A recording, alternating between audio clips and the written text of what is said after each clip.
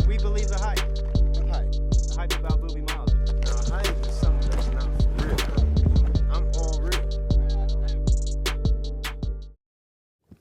Okay, ladies and gentlemen, welcome back to the BelieveNoHype Podcast, where sports and entertainment meet culture and all hype gets put to the test. I'm your host, Malrizzo. I got my main man, A7 himself, and CMB is back in the building. Yes, sir. And we appreciate all the love, support. Thank you guys for liking, following, subscribing.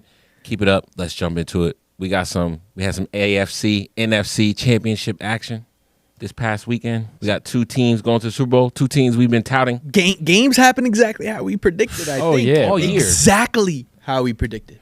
I've been saying we should have put some money on this a long time ago. We've been saying We've these been teams talking about Seattle. Yep. 100% we've been talking about Seattle all season. all season. We were talking about Drake May. We weren't really necessarily touting the Patriots as much. We were mentioning Drake May a lot because he was been in that MVP conversation all year. It wasn't pretty, but they got the job done. They went on a run. They had to play the Texans in a little snowy game. Yep. Went out to Denver. Denver's already thin air as it is. Yep. Yeah. Tough defense. One another top defense they had to go up against. But they had no quarterback. They had no quarterback. Couldn't get it going. Listen, I would say no snow. Bo Nix, maybe completely different game. Yeah. We're looking at a completely different game. But that's not how life works. That's there was true. no Bo Nix, and there was snow. And there wasn't much. And I was talking to my uncle yesterday. And, it's like back in the day, they would, like, a game like that would have been like, they wouldn't have missed a beat. It would have been normal. It would have been Right. normal. And it was like, people are so shocked that it was snowing. Like, these guys didn't even seem like they were ready. No. Not that they weren't ready, but, like, it didn't seem like they put new spikes on. Like, No. didn't seem like they were ready for that snow, either team. 2 weeks ago and this past week. Well, remember all the stories of Bill Belichick? Like, the thing that made Bill Belichick such a legendary coach, and he's in the news right now because of Hall Yeah, of Fame we'll get to that, too. was the fact that he used to talk to all his position coaches and his players about, are you ready for the weather? What Yeah. type of footwear are you wearing? Yeah. Do you know how long the blades of this plastic turf field we're playing on? Or Yeah. do you know that Yeah. there's snow on the ground? How many inches? What type of snow? Yeah. All that matters. And like All that matters. nowadays, the coaches are like, no, I mean, I just have these new formations that I came up with, or no, I just have a new package with 12 personnel, and that matters so much. Yep. It's still a football game. Yep. Yep. It's still throw the fat pads on. You got to play football. Yeah, We're all play athletes football, no here. matter We gotta what's play happening. football. So it's like the snow matters, and Yeah. if you're not prepared, like Tom Brady was prepared for all weather situations. It didn't seem like either team had a set of plays that, like, we'll work in the snow, work in the Yep. rain, no matter what the weather. They look It's like, lost. The Broncos definitely did not. The Patriots ran the same play. They ran that little outside stretch. Outside power, it was like a power Yeah, stretch. And then at the end of the game, the last play for the first down, he fakes it and then bootlegs Yep, out. bootleg out. So But that's what happens when, like, and that's why I like the Patriots. You adjust. the only play they did a little different and they executed to perfection was a flea flicker, which I'm surprised they called at when they did. But you know what? It caught the Broncos defense. I think the announcer, whoever was calling that game, said the offense knows where they're going. In the snow, the offense knows where they're going. The defense doesn't. So it's like they're at a disadvantage in the snow. You know what I'm saying? You're trying to change directions. Yep. End up falling down, slipping, whatever it is. I think the Broncos, they just couldn't execute once it started snowing. Yeah. The Patriots weren't necessarily doing anything, but they were able to do a little more. Stidham didn't play out of the game. Like, it wasn't like he was taking No. him out of the game. He was playing They were decent. never out of it until it was Yeah. so they just ran out of time in the weather. Yeah. I Unfortunately, mean, he just couldn't really get, like you said, in the first half, it looked like he was little like misses, little tiny misses, and then in the second half, there was just nothing. the Like, type you of could stuff. tell. Like, I think there was a screenplay, he just missed it. Like, it would have been wide open until they Yeah. showed it. But it's like that's the type of stuff when you haven't played all year. Like when you're a Yeah. backup guy and you haven't not even having played all year, but you haven't taken any meaningful snaps. Yep. In 3 No seasons. reps with the ones either. Like, Yeah. So that type of stuff happens. Yeah. Unfortunate, but no excuses. The thing that gets me as we head towards the Super Bowl is everybody criticizing the Patriots over the last 2 weeks that they played in the Blizzard games, that they only scored 10 points, and listen, they scored 10 points in the snow against one of the best defenses. They think they're like counting Drake May out. Yeah. Like, they're gonna even you were like, they might get blown out. It's like if you're judging them off of those two performances against those defenses in the weather conditions, Yeah. you might be You surprised. have a when the whole Super Bowl season comes. of a portfolio to show. You have a guy who's an MVP candidate. Yeah. I was making my statements based off of what I saw in Seattle. Yeah, I wasn't and making nothing. Not to take anything away. I wasn't making it based off of, because I know what the Patriots can do, bro. Yeah. I know what they can do. Even with Stidham as the Broncos quarterback, that defense still That defense was good. Like they're good. I thought they were better than the Broncos, right? Broncos, yeah, they were playing. I was like, okay, like those to me. And I know there's like a better Funga, bro. Yeah, I know what to say. Those D tackles. He cracked Mac Jones one time, bro. I mean, not Mac Jones. Drake May. Drake May. I was like, oh, dang. I think he's hurt. I think he is. They're saying like he is kind of a little hurt now. I think he just got lit like one good time. There's some like some of these like the unsung heroes like those D tackles that Benito, bro. And then, Benito's something else. He's nice. He plays with his hair on High fire. motor. Yeah, High motor. I like him. There's some guys out there that the defenses were playing well, but I'm saying the Patriots defense was able to just like. They couldn't like you said, they couldn't run the ball. They couldn't, obviously they couldn't pass the ball, and they just looked like they knew what was going on. Situational football. Yeah. They're probably the best. I mean, I think we're about to watch two teams I think have played the best situational and best team football all year. All three phases. All three phases. So I think that the Patriots have elite situational football and elite team football. And I think that's why they're in the Super Bowl. Same thing with the Seahawks. But yeah, I just don't know why people like and again, not to your point, like you said, you're thinking more about the Seahawks, but a lot of people out there, a lot of these pundits and media guys are saying, oh, well, they only scored, 14 points average 14 points between the last two games. It's like, all right. It's just, I mean, let's sleep on them if you want to. That's Josh McDaniels' offense, bro. Yeah. Let's be real, bro. It's hate. It's hate. They feel like they didn't get a chance to see the Patriots down enough. They're only down, what, two, maybe 3 years before they started rising. That's what everyone's mad about. Exactly. And they're just mad. How did they bounce back so quick? Yeah. It's like, oh, they're only supposed to have one time of greatness. And it's like, listen. No, but we were down bad for about 3 years. We were down bad since 2019, since Brady left. So Brady left after 2019, and we were down bad since then, bro. Garoppolo, Newton. But my whole thing is, if your team is down bad for longer than 3, 4, 5 years, there's something wrong with your organization, bro. You shouldn't be down that long. Like I hate to say it, but the Falcons, the Giants, the Jets, the Browns, there's the Raiders. Y'all should not be down this many. And you're getting number one overall picks and stuff. Come on, man. Like y'all should not be down like that. Like the Patriots are just playing. They're just doing the way they play football is the way they run the organization. They're just doing the right things. What did Belichick always say? Just do your job. The people that are there are doing their job, making the decisions in their positions, and they're executing it correctly. You know what I'm saying? Like, and it shouldn't be that difficult. You don't need to have like president of football and president of personnel and president. Like, you don't need to have all these different positions. You just need to have the standard stuff, and that's what they do, and that's why they hate it. And it's like they do what you're supposed to do. Like, just this season, they did everything they were supposed to do. Right. They beat the team. I mean, they're earlier on in the season when they were trying to figure out who they were. Yeah, they lost a couple games they probably shouldn't have lost. They lost to the Steelers. I think they lost to the Raiders. They shouldn't have lost. If they played either of those teams today, they'd kill both those teams. So they were trying to figure out who they were. Here's the thing about the Patriots: a lot of people don't know if you haven't been paying attention to them. At some point this season, Mike Vrabel got everybody together. He had everybody come up and explain what their reason why they play football, why they want to win, what their personal life is like, what their family is like, what their favorite things are. So everyone got to know everyone on the team, and they say it developed like this brotherhood that usually takes years to develop. If you watch them intimately, you're like, yo, these guys look like they've known each other for years and they've been playing together for that type of brotherhood is hard to beat. Which is what made college football so good back in the day. Yeah. Like these kids are actually boys. They're boys. They're roommates. They don't get to be know boys each other anymore. for 3 4. They don't get to be boys. They don't get to be boys anymore. Yeah. And I'll get to that point in a minute. But let's jump over to the NFC side. The Seahawks Rams, great game. Could have went either way. I know a lot of people were hoping for the all Rams. 3 phases. A lot of you need all three. All three. I mean, listen, the Rams, great team, great football team, would have been a formidable Super Bowl team, but they just didn't have enough that not day. enough time, not enough juice. Yeah. And Matt Stafford, he's great, but he's great. And I think they're just a little young. Huh? A little young. The rest of their team. Yeah, you were saying a lot of those guys are like very young team. Yeah. 2-year, second-year players. 3 years, yeah.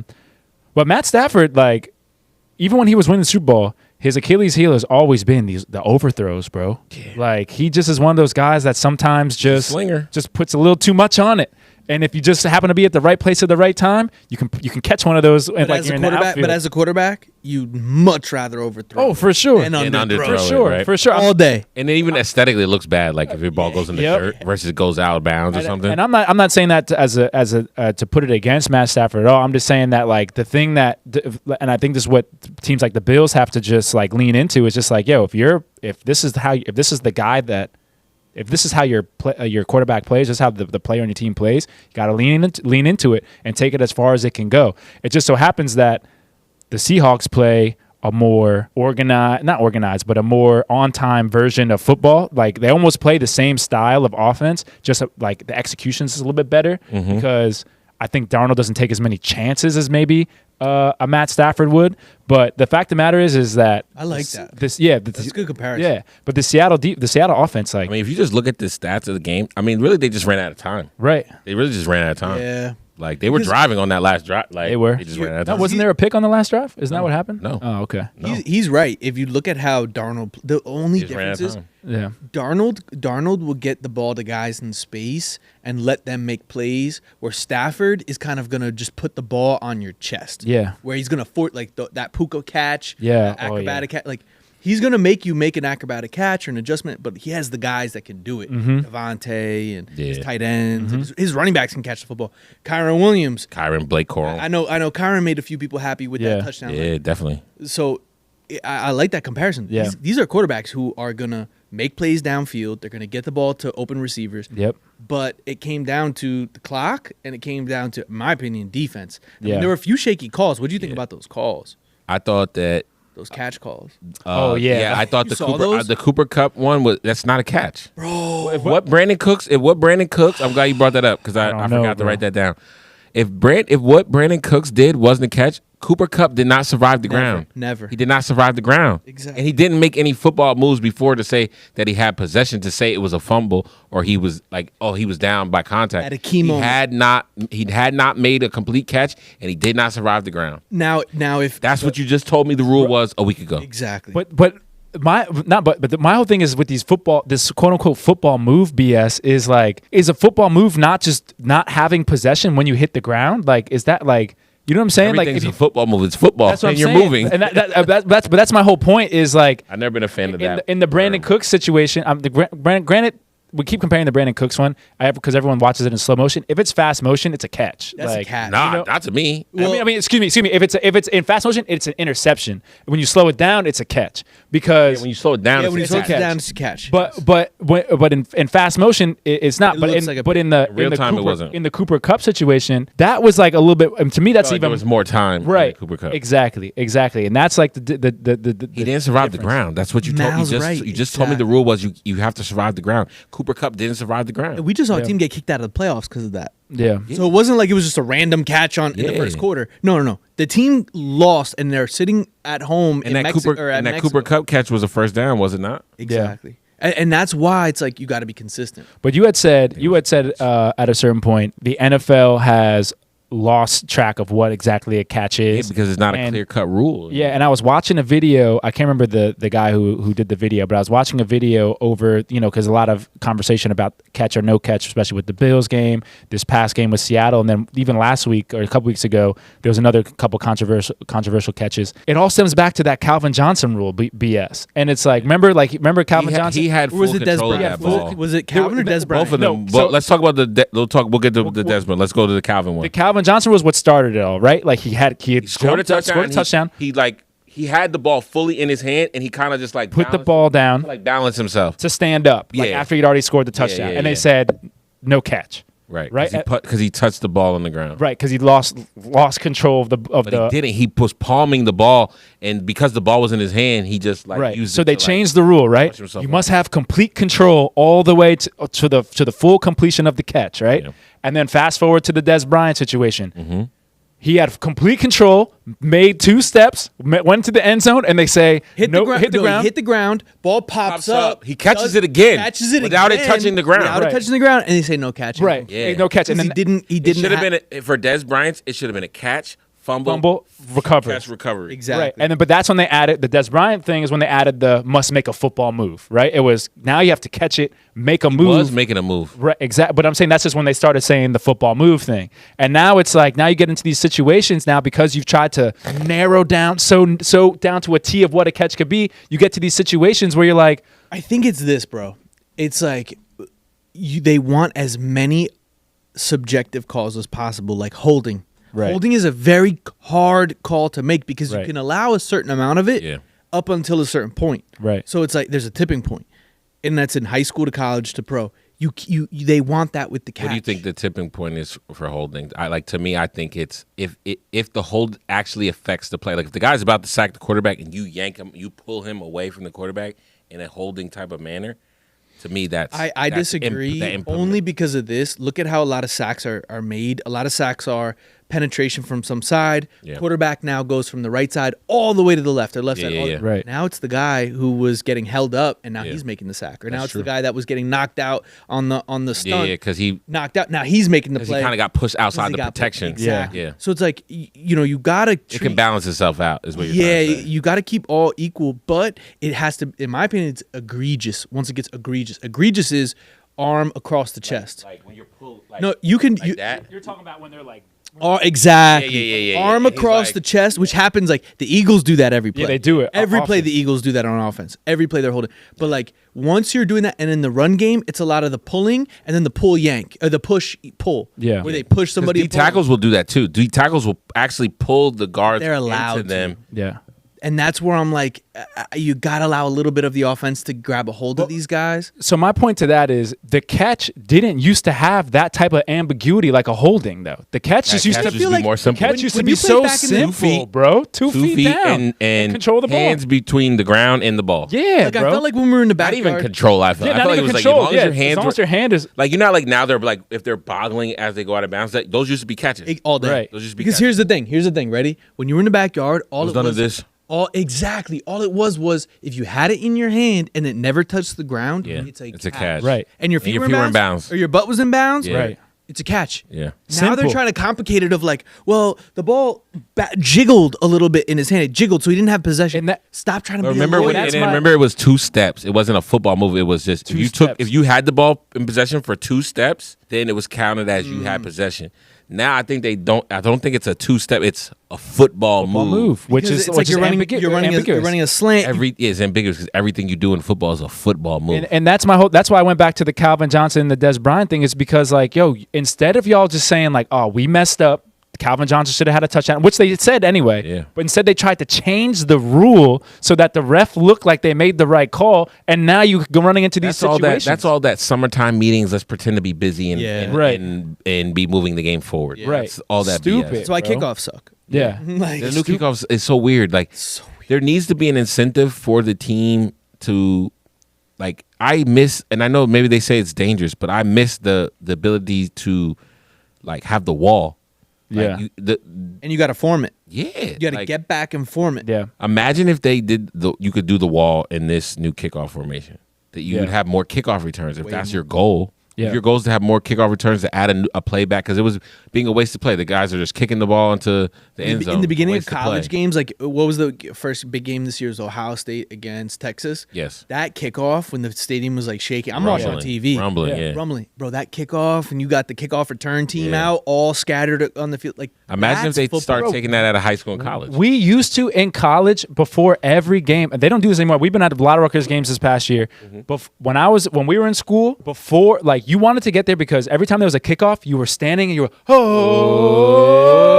yeah. like they eliminated that. They eliminated gone. that, bro. Gone. It's NFL, gone, yeah. bro. Gone in but the even NFL. but even in college, like you They barely in because the you can big fair schools- catch now in college. Well, this is Fair the catch- first Super Bowl that they're doing this kickoff, right?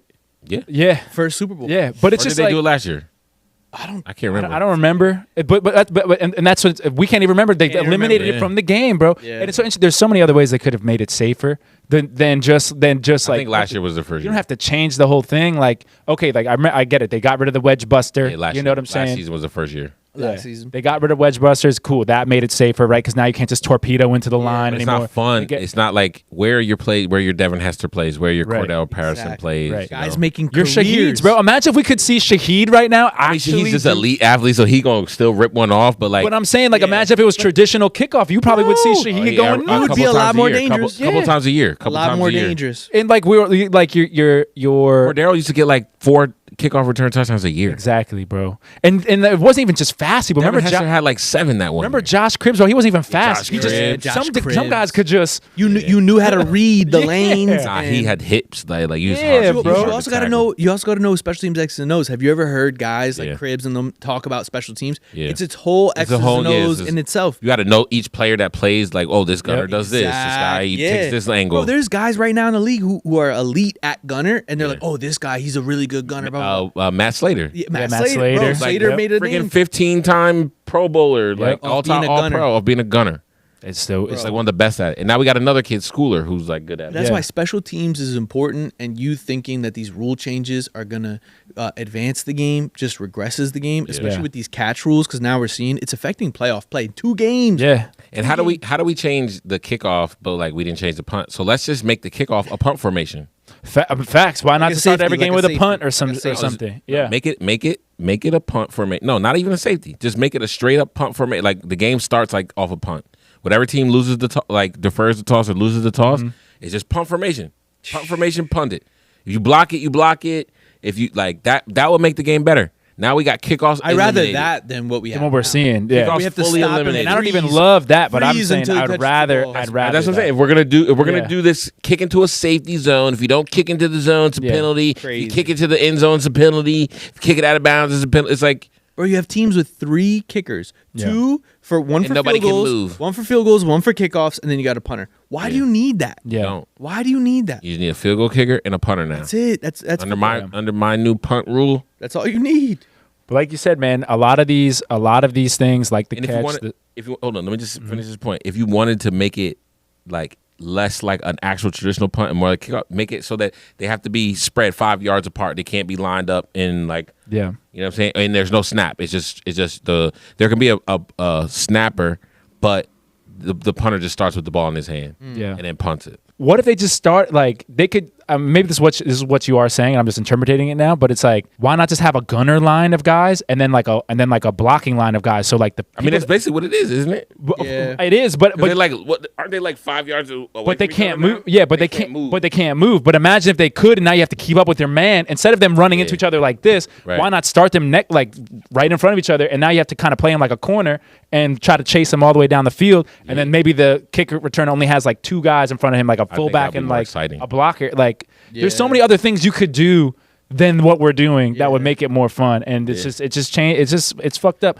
and it goes back to the idea of what you said with the Bill Belichick knowing the type of turf, the grass length, all this type of stuff. It's like those are the types of football things that we want to see, Yeah. and that people that love the game want to know more about than whether or not we should be figuring out whether or not if you have possession of the ball on 2 feet down, if that's a catch or not, or whether or not you kick it into the safe zone, if that's able to be returned. But we'll see. I think teams like the Patriots, though, like teams that are doing the stuff the right way, you know what I'm saying, bringing back that style of like tight locker room, egoless players. Have to. Everyone is as important as the next person. Right. Like that style of football, I think can get us back to disciplined football. Can get us back to some of these things. They start letting like the locker room change. They start letting the Joe Burrows of the world become bigger than the team. Everybody was becoming a diva. Yeah, everyone. Even like, all Brotherhood the was getting lost. Like Yep. you might have a couple guys that are brothers or bros, but the whole team wasn't. Right. I think they're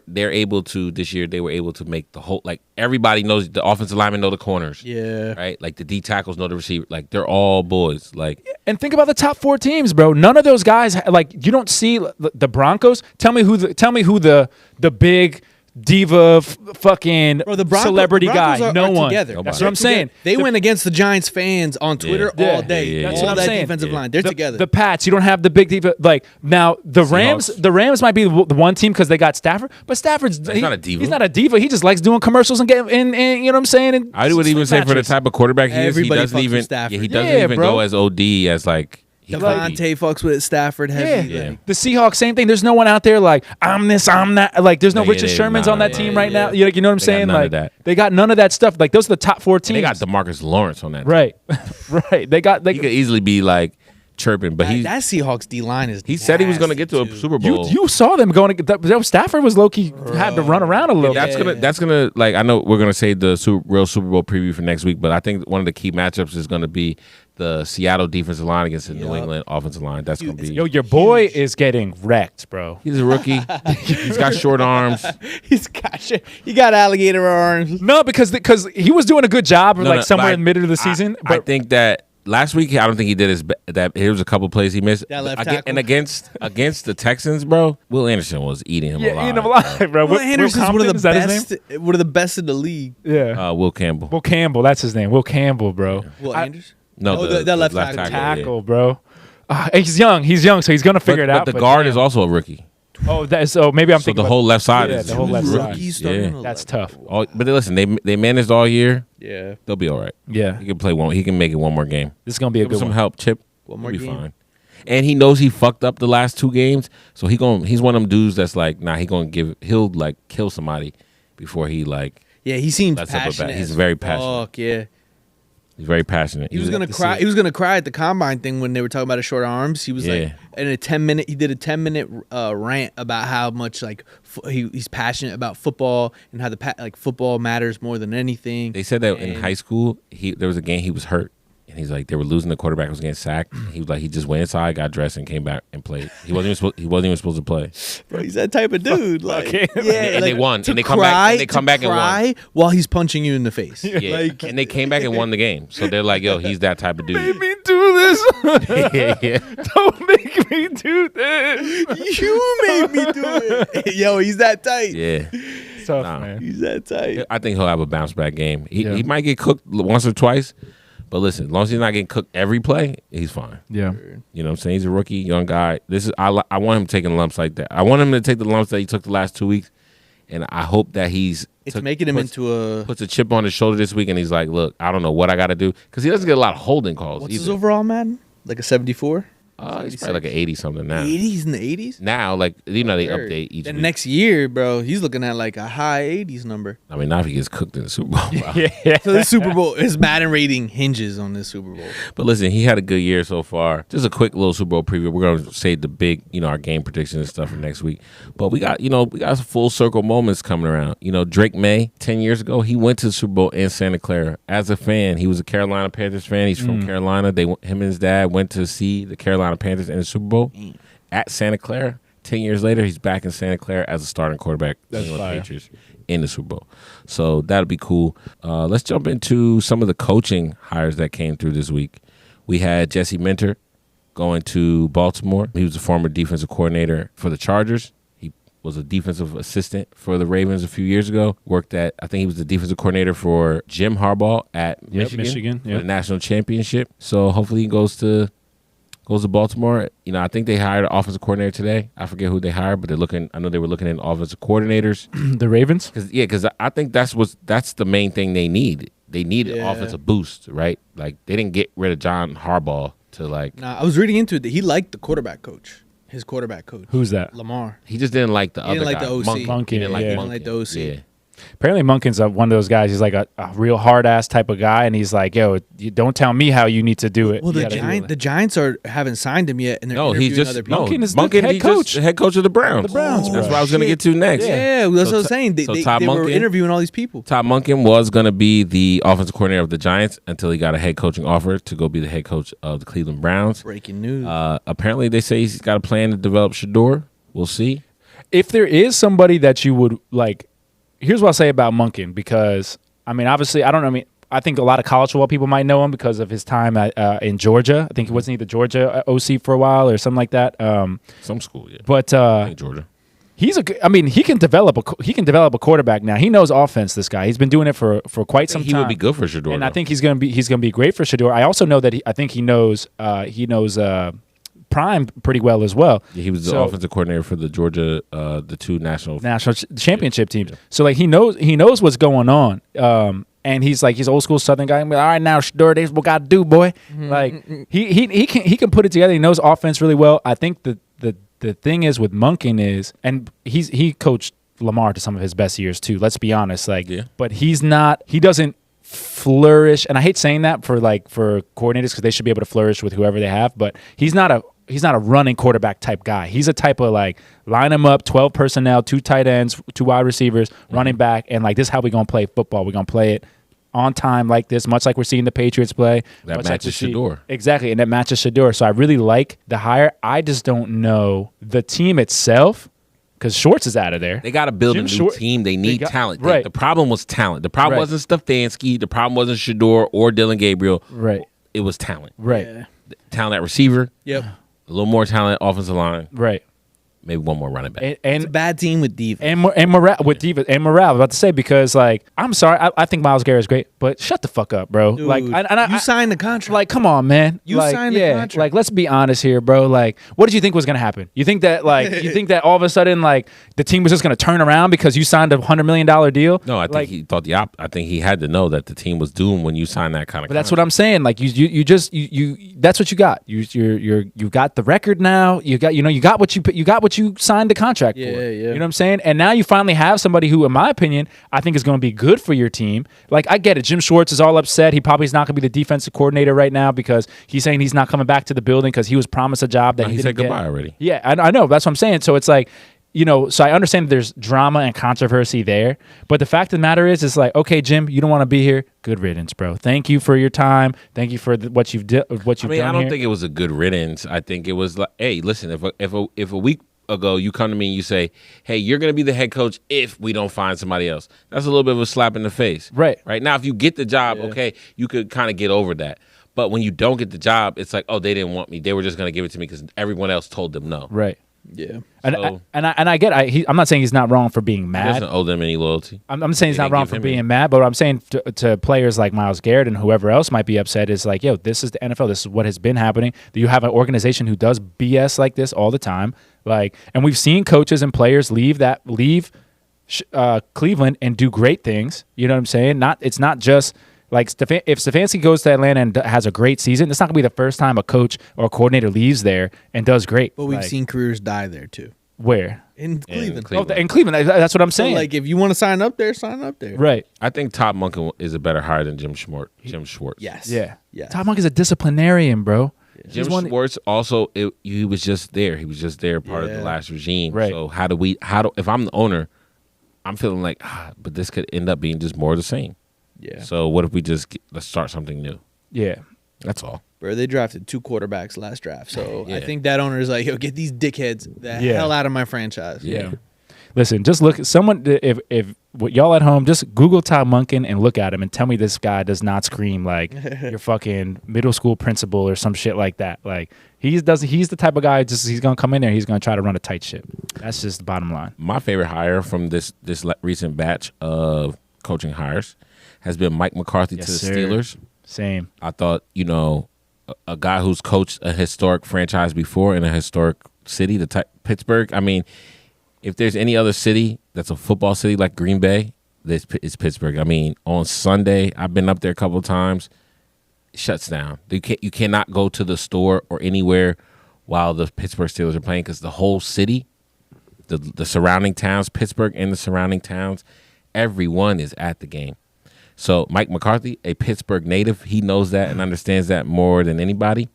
An opportunity for him to reunite with Aaron Rodgers one more year. I think that's the plan. Aaron Rodgers said he would stay for Tomlin. Maybe he'll stay for his former head coach, who he won a Super Bowl with. Mike McCarthy also won his Super Bowl against the Steelers. Mm-hmm. So a full circle moment for him to come back to Pittsburgh. I think he's excited. I think he's going to coach like you've never seen him coach before. He's Absolutely. coached three historic franchises because I forgot he was the Cowboys coach. Cowboys. So he's coached the Green Bay Packers, the Dallas Cowboys, and the Pittsburgh Steelers. I don't think there's anybody who's ever All been I'm saying to all is- 3 historic franchises. To anyone out there who wants to hate on Mike McCarthy for whatever reason, No reason. he's 174 Winning and record. 112. Winning That's it. record. He's a great, Very good winning record. Clearly, he wins. Super Bowl. He's been to the playoffs. I don't know He's won how 11 many times. playoff games, I bet. you. Exactly, 11 playoff games. I know Like, that. I mean, That's a lot because in this day and age, there's guys that don't win any. dream, still guys Don't still out there get there. dreaming to snip. They don't Can't even get there. They don't You even know, get even with good teams. So it's like, listen, I think they got a good one there in Pittsburgh. I think they're doing the right thing. I don't think he's better than Mike Tomlin, but I think No. you're not going lower, You're not looking for better. I mean, I don't think it's hard to find better than right, than Mike Tomlin. Tomlin. But I'm just saying that like they should be with the way that the coaching carousel could have went for them. Yeah. I think they've got a good situation I think happening it over worked there. out great for them. Yep. And for the Buffalo Bills, they promoted offensive coordinator Joe Brady to head coach. Wah, wah, wah. That could end up being more of the same for them, but he's a player's guy. All the players love him. He loves the players. He's a young guy. Keep that enthusiasm. He's a halfway decent play caller. Being a head coach is a way different ball game, though. I think those types of moves are very dangerous, right? But much like we were just saying with the Browns, like Jim Schwartz is part of that old regime. He's probably still has that old regime wiped all over him. So when he steps into the locker room with this new coach, it's like you still got a little bit of that old mold or whatever left. I just don't think they wanted to fire Sean McDermott. I think they just ego move. He went in there and said, "Hey, we need to build a better roster." Your shit is Brandon ass. Beane got butthurt. Went to the owner and said, "Oh, I think McDermott's the problem." Mm-hmm. The owner's like, you think so?" He's like, "Yeah, it's him." He's like, "All right, cool. I'm going to make you the new president. Let's get rid of him." And then I think Joe Brady is so that the players wouldn't revolt. It's like, okay, they like Joe Brady. Everyone could kind of feel like they're moving. Okay, yeah, it sucks that Coach McDermott's gone. But okay, it's kind of the same family with Joe Brady there. So, and I'm sure maybe Josh Allen, maybe that's what he wanted. Connection, yeah. Yeah, it could have been a favorable. He's like, look, I don't want to have to learn a new offense. My one word reaction is warning. It's the warning. Like that team, this is a watch out. I don't know if this is the move. Yeah, make or break. This is make or break. Yeah, this shit. is like make or break.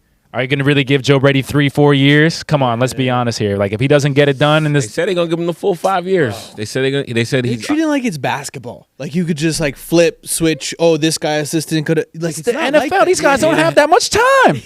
But being a head coach is not like being an offense. It's a whole different ball. Yeah. Yeah.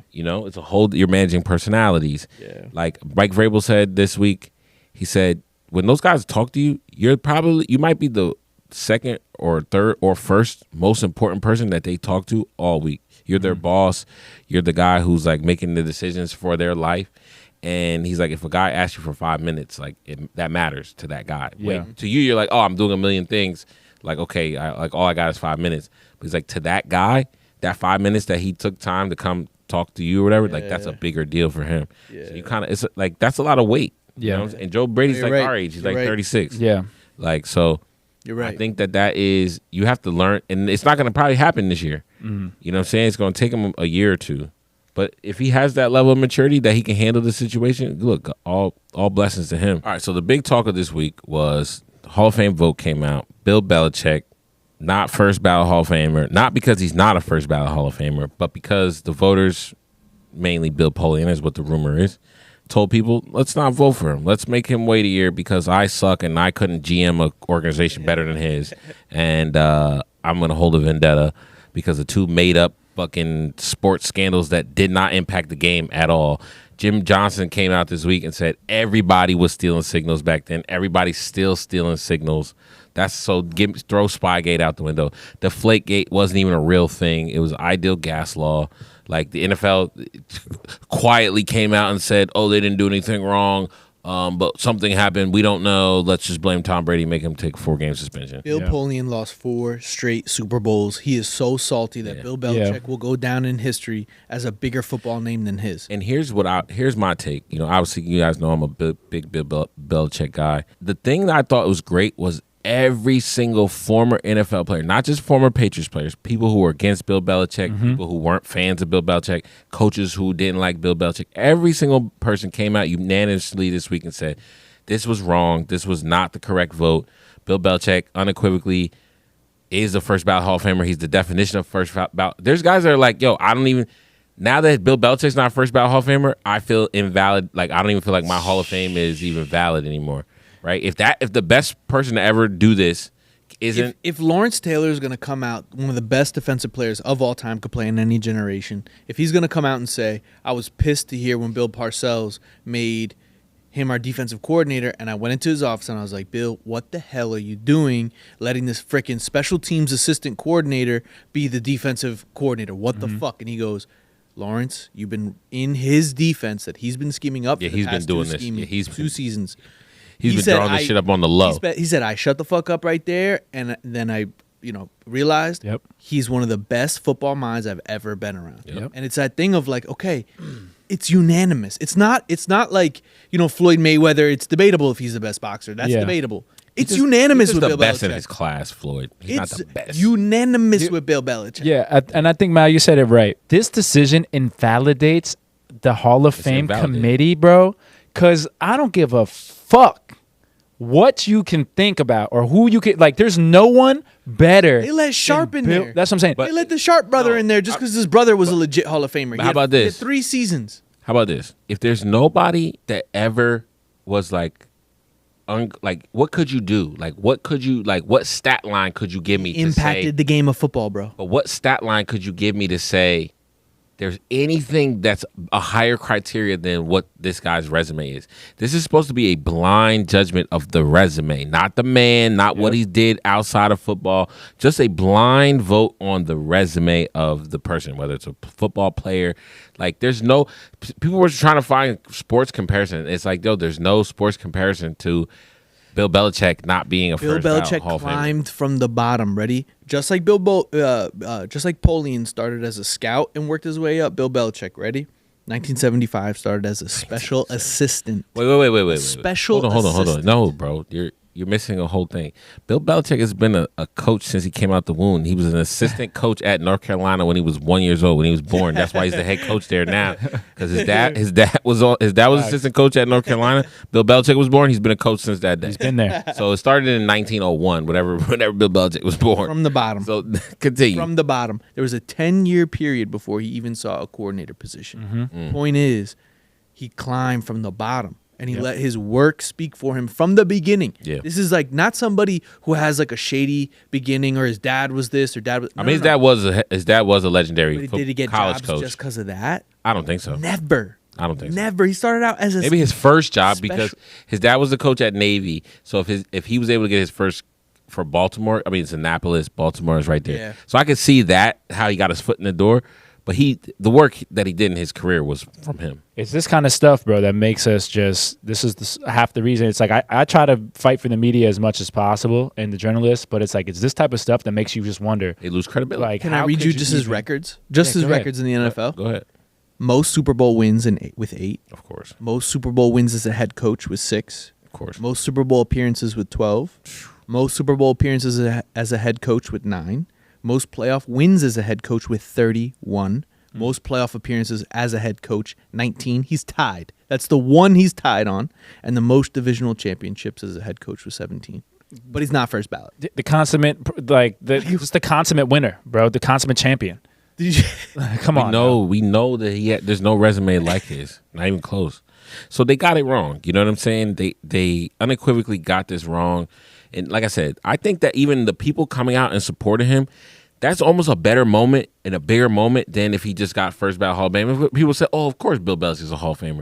But imagine they don't vote you in, and now everybody has to now get on a soapbox and explain why you're the greatest coach of all time. That almost ends up being a special moment itself. Can I know ask what you a I'm question? Because who's ever had that before? What do you think's going to come out of it? Do you think it's going to be the NFL scapegoats Polian? Or do you think the NFL No, they're gonna change the process. changes they're the gonna change process? process. Yeah. But I don't And they're gonna trust. take votes away from people. I don't trust that they're going to change it for the better, though. I Not sent after y'all how the- they changed making a I catch. sent y'all the list of the people who vote on I'm this. looking at it right now, bro. Why do any of those people deserve? I mean, okay, Polian himself is a Hall of Famer. Tony Dungy is a Hall of Famer. Okay, whatever. But why they only have the credentials because of their press, because of their relationship to writers. the press? Because they're just sports sports writers. So then give me a Hall of Fame You're a vote. sports writer. Give me a Right. Hall of Fame vote. Why Right. don't I get a Hall of Fame vote? Crazy. They could give me Crazy. a Hall of Fame vote one day. That could potentially happen. Crazy. That could potentially happen. These people I can never. read 5 names off this list that have personal issues with The Patriots organization. the Patriots organization and Bill Belichick, just solely off of the city that they're in and the way they've reported on him. Atlanta, D. Ledbetter. I know him very well. I watch him. I listen to read his articles, all this Yeah, stuff like I know that from the Ledbetter. Atlanta Times, right? And again, these are legendary reporters now. These Rich- aren't like Rich nobody. Cimini. Right, Rich Cimini, bro, same dude, like you said. Even though he's an Bill- ESPN guy, he usually is a little fair, but I bet you he didn't vote for Belichick. Right, Bill Polian, obviously we know him. Sal Pal is on here, bro, and I'm not saying that he wouldn't, but I'm What do you just saying. think Dungy did? You think Dungy voted for or against? I think Belichick? Dungy voted for him, For bro. him, for I sure. think Dungy voted for him. But I'm saying even if 5 of those guys, like what do we name? 4 of them? 4 of them They so said far? 11 people didn't vote for him. 11 is crazy. 11 is crazy, bro. They said not only should he have been a Hall of Famer, a first ballot Hall of Famer, they said it should have been a unanimous Hall of Fame. It should have been, everyone should have had a vote for Belichick. Like, what can you say? You get 3 votes. You get to vote for 3 people. And you're like, on this, you're telling me 11 people on their sheets of 3 people, they didn't, not one of them put Bill Belichick? It was a mixture of vendettas in past professional vendettas, and they don't like how he's moving right now. Because there's no other explanation. The girl. That's it. And listen, Chad Johnson told us this earlier. He said the reason why I don't care about the Hall of Fame is because they care about more about what you did after you left the league more than what they care about what you did when you was in the league. And I think Coach Prime said, he's like, why are all these guys in here with me? Right. Facts, though. Like, I'm the best corner to ever be the corner. Jerry Rice is the best receiver to ever be. I mean, he's kind of right. A few years ago, I remember when I watched Peyton Manning's full thing because I was like, I know he's going to talk about Eli, so I want to hear what he says, like his thanks to Eli. Bro, there were a few other names that went up there, and I was like, who is this dude? Look him up. Yeah. Bro, they didn't wow me. They just played like stats. 40 years ago. That's it. They played 40, and they played 8 seasons, 10 seasons, 12 seasons. Right. It's like, but their stats weren't wild. And Deion's right. The Hall of Fame is supposed to be the best of the best. Of the Not best. he was the man of the year. Right. I don't want the man of He the had year one great in the Hall season. of Fame. Or he made one great play. Right. Exactly, like Sharp's brother. said Like Sharp's I hate brother. to say it, like 3-4 good seasons, great seasons, but that was it Yeah, but he That led was the it. league in receiving in those years. for 3 or 4 years though. But if that's the case, then Eli Manning should be in the Hall of Fame. First Right. ballot. Not First maybe ballot. not. Okay, If he's in the Hall of hold Fame, on. But Eli's you first I ballot. could give you not giving Eli first ballot. Okay, but it's not first ballot anymore. This is his 3rd time that he didn't get it. Yeah. But that's the Listen, thing. Like, here's 3rd ballot. You don't think Eli's going to go? Here's a great That's crazy. here's a great comparison. Matt Ryan will probably go to the Hall of Fame, right? But Cam Newton. Cam Newton won't. They have, if you look at their Same stats, impact. Same impact. Same impact. impact. They did the same exact. They essentially One have the same. MVP. Yep. One lost Super Bowl. Yep. but kids growing up, And one would say that Cam Newton was a better player than Matt Ryan when it comes to statistics because of the running. I don't want to change the subject too much, but did you hear what Jason Whitlock I came did out see and that said? some bullshit, bro. Yeah. He's like, oh, you're just mad because Matt Ryan had the same career as you, but yet they're asking Matt Ryan to be the a GM, president. and nobody's asking you for your advice. Right. right there shows exactly what you said. They care more about what you do after than before. Yeah. Look at the PAL, Pop Warner kids. They're not wearing number 2 for Matt Ryan. They're wearing number 1 for Cam Newton. And that's the bottom line, bro. Right. And that's the impact on the game. Right. Exactly correct. Chad Ocho. Ocho. So right, bro. You've been right. You've been right about McDonald's. You've been right about the Hall of Fame, bro. But listen, like I said, the moment of everybody coming out and speaking on behalf of Bill, I literally saw every single person that you could see. There's only one person that had to come out and run their mouth and say, oh, no, I can give you exactly why Bill Belichick doesn't deserve to be in Hall of Fame. Oh, Lord. And that's the biggest hater of the year. He gets the official biggest hyper of the year, the first ever biggest hyper of the year award. I like is it. going to none other than Skip Bayless. Oh, Skip, my God. Skip, you're just a hater, Skip. You're a hater, Skip. Skip Bayless is a hater. He had an 11-minute freaking rant about Belichick not deserving it. I didn't even watch it. Nobody watched it. Literally, everyone was reposting it and saying, "My boy, nobody's watching this 11-minute rant." So we don't even know what you're saying. We're just letting you know we're not watching. You spent 3 hours writing that tonight. Yeah, and it's like, yo, no one watched. I watched 30 seconds of it, turned it off. Like, no one cares. What Nobody you think. watches No one cares. Skip 11 Bayless. minutes of Skip Bayless. Who's on that? Who's that defensive lineman? Jared McCoy's on that or something? Like he has a defensive lineman on his show. Acho. Acho, No, yeah. I don't think Acho's on that show. Is he on this with Skip Bayless? Skip Bayless' own Skip podcast? Bayless. I think he has Oh, no, I like don't Jared know who's on McCoy. there. It's like Jared McCoy, some defensive Okay. Jared McCoy, yeah. That's Oh, the- yeah, it's like with the one with like Aqib Talib, Yeah, and yeah. Richie Incognito. Nobody listens for Skip Bayless. No. Everybody listens for the other people. And Skip Bayless is the big name on it. I'm It's waiting like, when get I his see ass Richie out of Incognito on there. I'm waiting for him to say here. something I'm waiting crazy. for Richie to go. I'm waiting for him to say waiting something for crazy. Richie He to doesn't go. say nothing crazy, bro. He doesn't even seem like the same guy he was back in Yeah. the day. They gave him His CTE's Adderall. gone. They gave him, CTE is gone. Bro. Am I right or am I wrong? Is his You're right. CTE He's gone? Been eating the lion's mane, he bro. doesn't know how to bully anymore. He doesn't know what CTE's bullying gone. is. He's mad nice on there. He's actually like a good. You're right. I like that show. Other than the fact that Skip Bayless is on there, Everybody else they is have good. great. TJ Ward, Great. Talib. They have great input, bro. Mm-hmm. I like McCoy. I like everybody. The girls on there. The girl that's on there is pretty Just good. get Skip off, bro. Yeah, just get Skip off. Like that's Do you crazy. think is they done, thought they bro. needed Skip to like have a lit podcast? Because like. Because I think everybody Skip hates gives them Skip. the validity. Skip is like Coward. Like everybody hates Colin Coward, but Yeah. like he gets views. It's the same with Skip. Like he Yeah. gets views because he just Yeah, says the Skip, opposite. Skip can come on my show so I can use him to That's what I would say. The one thing I will say about Skip, outside of him being Silky Johnson of the sports world, is play your hate of the year. is he does be putting people on though. Like, I mean, let's think about it. Like Stephen A. always says, don't give him that much. Come credit, on, my bro. boy. Don't give him that Stephen much A. credit. said he helped him. His Shannon favorite said he team helped is him. the Dallas Cowboys. Never trust a nigga like that, bro.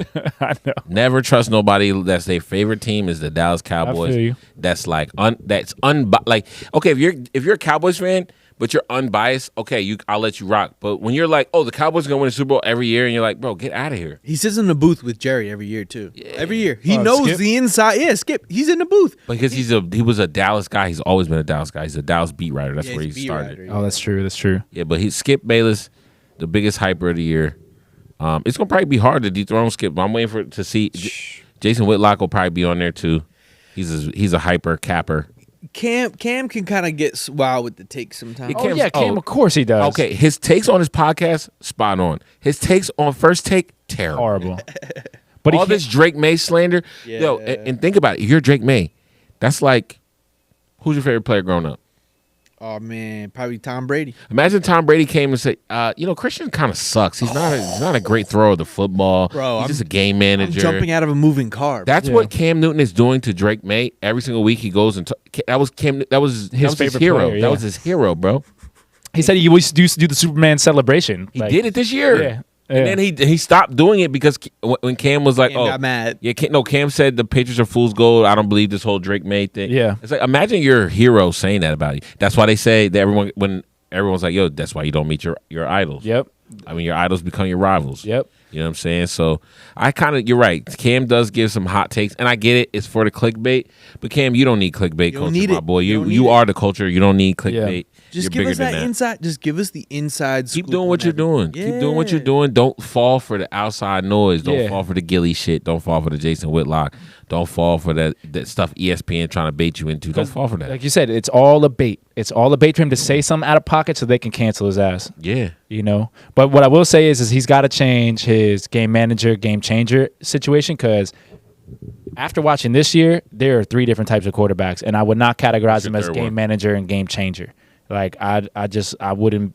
I think that's unfair to say for some of these guys because some of these guys, like I get it, like some people's task is to like manage the game. Yeah. But I would say that every quarterback's task is to manage the game. There are just some that make plays, obviously, and some that don't make plays. But I think you can't just be so black and white with that. I respect him for being black and white about it. But there are guys out there like the Sam Darnolds. Here's the best thing and maybe this will help you catch your point. Here's the best thing I heard said about that. I don't know who said it, but they said it in response to Cam's game manager, game changer. Every game manager has to find ways to change the game. And every game changers has to manage the game. Right. That's true. So it's like That's football. That's the game. That's football. And that's every game of position. football. Hold on. And that's every position. Yeah. Think about running backs. You played running back. running back is at a high very important position. Think about it. You can take chances as a running back, or you could be conservative as a. You don't. It's not like you just Once run. they give me the ball, I don't have to run the You don't play just at have- all. I you don't have to you run could the do play. whatever you want Yeah. to do. I'll give you an It's example. free. I'll give you a prime example. And again, this was in high school. Probably you don't, but I bet you guys have done this at a level. There was a kid that was talking shit. He was talking shit. He was talking shit. He was talking shit all game. But they weren't calling my play like he was playing off the weak side. So it's like every time the play was going to his side, he's on the weak side. So the play's never coming to you. So why are you talking? So one play, I'm like, yo, I need to get some contact on this dude. I go off of the strong side play and go back to the weak side just to make contact and crush this kid. You know what I'm saying? And ran him over. Like I still made a good game. It was unnecessary for what I did. And probably only people who know I did that is me and the coach. Exactly. Right. You know what I'm saying? And the quarterback. Exactly. Right. But everybody else, it was. Oh, he read the play. No, it just looked like a cutback. Yeah, It he just cut it but it back. wasn't a He cutback. read And it the was an defense. unnecessary cutback. And I cut back just to fucking clean this guy's clock. Yeah. But that's the thing. You know what I'm Were saying? you He being found a were you way. being a game manager in that situation, or were you saying I'm going to change the game because this guy? I mean, I was changing. I was absolutely changing what was happening. Because this guy's rallying his defense, thinking they all are tough and mighty. If I shut him up with one helmet to his chest, then I can get And more he didn't yards. say a word Yeah. after that. That's a game changer, in my opinion. In running every position, you have that, and to say, "Oh, the quarterback." Yeah, it's Think about most receivers that important. break off their routes or run a different route. Exactly. With just the field. Just Yeah, the just the field. field, yeah. That's the thing. It's like you can't get on these quarterbacks. Just identify them, but you can't pigeonhole them. You never pigeonhole them. Think about Troy Polamalu. How many times? All those plays when he's jumping over. Yeah. He's doing that. Nobody. like they weren't calling. He was in a cover 2. He ran a 4.6 40. Yeah. He ran like a 4.5, 4.6 40. He's not Yeah. blindingly fast, bro. No. He's a He's football supposed to player. be the deep cover safety, and he's over here jumping over the line of scrimmage. Ed Reed. Yeah. Like, come on. Oh yeah, coming out of the cover 2 to come get a pick. Yeah. Plenty of dudes. Yep. Plenty of dudes. So it's all about playmaking, bro. It's Yeah. all about playmaking. I'll tell you who's not making good plays or good decisions. Who's that? Our beloved Scarlet Knights. I don't know how big of a news story it was. It's news to us because we're in the New circle. Jersey is a big news. But $78 million lost this year.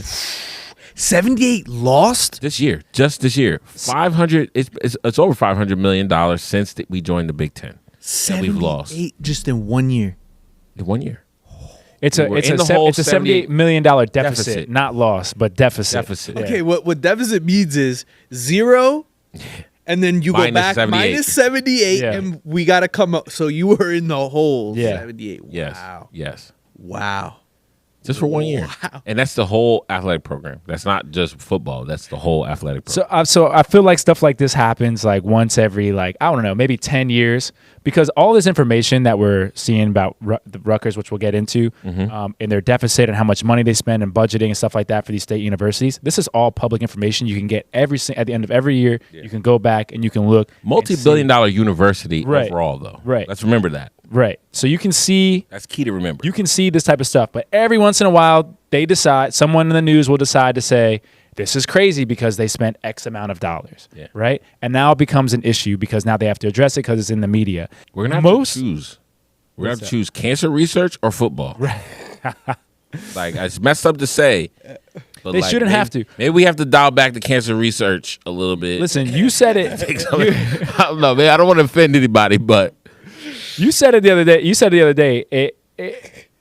They don't even have to do that. They just need to get these people that have the money to give them the that's money. what they said we don't know? have any big donors. Which is crazy to me. They said How can Northwestern find $800 million? Because smart rich people go to Northwestern. $1 billion stadium. $1 billion Bro, you know how Rutgers is. You go there, you do what you got to do, and you get the hell out of there and get the hell away from there. Facts, though. That's kind of facts. Think about how many people Business school, they have to come back. medical- They're coming back from somewhere else to come here. They're not here, right? Yeah. Like a lot of people, they go out. They go to California. They go to Texas. They go to Florida. They go to upstate New York. They go to Connecticut. They go to wherever people are going to find new careers. People Not undergrad staying from Rutgers a lot, I feel like. People get their undergrad at Rutgers and then bounce somewhere to get their big degree. Yeah. But the thing is, That happens a lot. like you guys are saying, bro, Johnson & Johnson, and you have billion-dollar money, entities bro. We got attached. the money. Yeah. So that seems to be the problem. The money they need to find a way to get the money, because if you look at all these end of the years, I did some research with Penn State, Northwestern, Ohio State, Maryland. Yeah. I'm sure if I kept going through I don't know how many hundreds of college football or colleges there are that have athletic programs. But I remember when I was thousands, That are public. but are public. But I remember when I was in college, a sports management degree. I remember I was taking a lot of these classes, and all of my teachers all said the college sports that doesn't make money. Doesn't Like make money for most the schools school. don't make money. You got to win championships. Unless you're winning the championships or unless you have big donors. Yeah. Most of the time you're Need those running donors. exactly. Look at Indiana. They have Mark Cuban paid their whole payroll basically this year for just Right. football. Right. And most of the time you're running out of a So deficit. they're saying it's always the Johnny Manziel effect. If you get eyes on your program, Right. that's when the A money Heisman brings Exactly. you money, a natty, Exactly. a conference championship. which kind of makes sense now when you think about this NIL stuff, because it's like, okay, before the NCAA was exploiting these players for their name and likeness to try to make more money, right? So Yeah. and I'm not for exploiting the players and them not getting paid off of it, but I understand kind of what the NCAA was trying to do, essentially saying is like, listen, if all these programs are not going to be making that much money outside of the like Alabamas and Ohio States of the world, Yeah. we got to find a way to make sure that they keep some sort of balance or even money. But what I'm going to say next is these players are part of what makes your team your thing money. If Rutgers can't sell out their stadiums every Saturday and they're losing money on ticket sales, that's a problem. Well, if Alabama doesn't have a football team, nobody goes to that university. That's exactly because it's an essential part of the college It's a experience. double-edged sword. Exactly. But in Big Ten I and mean, there's in colleges that don't have football teams. right, But right, they're ass, but they don't have them on bro. purpose. They're ass. They don't have them on purpose. When Liberty, because Liberty does it, they just got their football program 5 years ago, 6 years ago, maybe 10. before they had, because this is what I did my senior research paper on. Before they had a football program, bro, the school was like, no, we are not. If we bring in this football, they had money. They had mad money. I looked into Liberty. They had mad money. A guy came in and gave $50 million to the university. Exactly. But they had money. But the university was like, if we do this, we're digging our grave essentially of what we're doing because the school's just not big enough, right? They had Malik Willis, whatever. They won some games, but ever since then they haven't really been doing anything. These schools kind of don't want to be spending this much money or have these types of programs because of the fact that they don't make the money. And you had said it about the Big Ten. The reason why a lot of these, and I'm understanding now this power conference thing, because when we were in the Big East, the money that was coming to the university was from your tuition to the athletics program was getting spread across the entire university. Where in the SEC and in the Big Ten and these other schools, it was the athletic program. What the athletic program made is its own budget, and the academics is its own budget, right? And that's why you said when you get to the Big Ten, you immediately get $60 billion, right? Yeah. Because the Big Ten has its own pool of money that says, hey, every year you get X amount of dollars. That's how I don't understand how they're in depth. You get a free $60 million every year. And that's where the real questioning starts coming. It's an accounting question because you're right. It's like the university itself has money. Right. The conference gives the money to the university, and it's audited. We know it's a gross mismanagement of funds. But then here's the question: how come you can give coaches look? In my opinion, the coaching salaries are what the problem is. Coaching salaries, $56 million. They're giving them baseball contracts, bro. Baseball contracts. Our coaching salaries for all sports is $56 million. You're saying Rutgers? Yep. $56 million for all sports. Mm-hmm. And I think 20 of that is fucking the football. Sciano. Or 40 of it is football. No, that doesn't include the supporting staff. I think that's just the head coaches and probably like the top coaches. And then supporting staff is another $20 million for supporting staffs for athletics. That's the athletic department. That's all the assistants, all the trainers, everything that goes that's not coaching. Yeah. That's another 20. That's $70 million right there. Gross mismanagement of funds, yes. Look at this stat. Ohio State football budget in 2024 expenses were around $78 million, and the coaching staff alone made that budget go up to at least $83.5 million in that pay period. That's crazy, bro. But the difference is Ohio State also brings in $100 million every year. Yeah. From their football game. But it doesn't make sense. They're one of those legendary programs. Right. They're always going to have that. But it doesn't make sense, though, because here's where I don't get it. Ready? So if you can say Ohio State, Penn State with Franklin, they're getting baseball money. They're getting the 30, 40, 50 a year. But look at Penn State Stadium. They pack 100,000 in every week. Rutgers, they're in the 20 million, 25 million range. 10,000. They're not getting $3 million. If Rutgers was paying $3 million for their coach and Ohio State's getting paid $50 million, I would say, okay, that makes a little sense. I can give you because of how much they're bringing in. Yeah. But if Rutgers can still afford $25 million, 30, where's the funds? How's money getting moved? Rutgers set a record this year, 2025 for attendance. I was there. We were there. Iowa game. That was a record for attendance, 56,000 people. That was the only time the stadium was ever sold out in the 15 plus years we've been going there. And it was all It was ridiculous. Fans. All Iowa fans.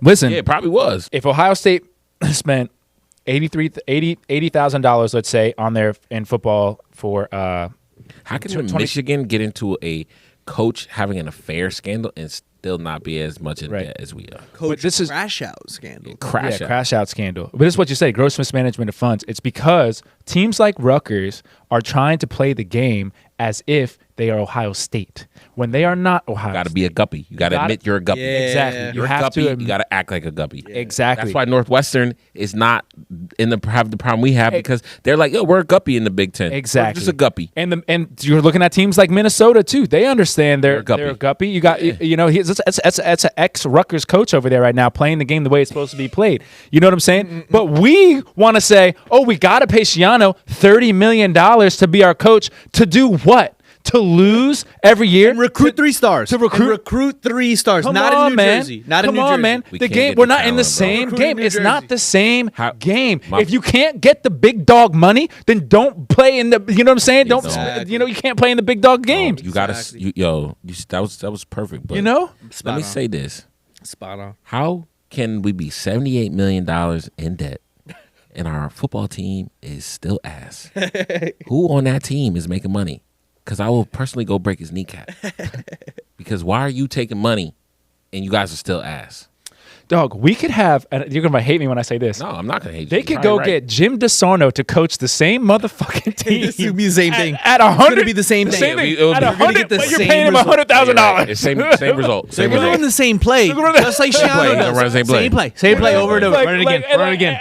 Run it again. I'm just Run it again. saying, like you don't have to pay $30 million to get that result. You could pay, Yep, you could yep. pay $2 million to get that same result. I can go coach that team to a better result. That's my whole point. Okay, so then And in basketball, you're gonna have the two guys who are in the league right now who are playing pretty goddamn well. They're gonna have to run some of that money know back what because I'm I think the two of them, Bro. I think the two of them took a little bit of that $78 million. Come on now, bro, Come Two on of them, now. they had to be getting like $10 million a piece. Y'all How do couldn't they even make it to the lose? tournament with two of the best college basketball players to play in the league last year.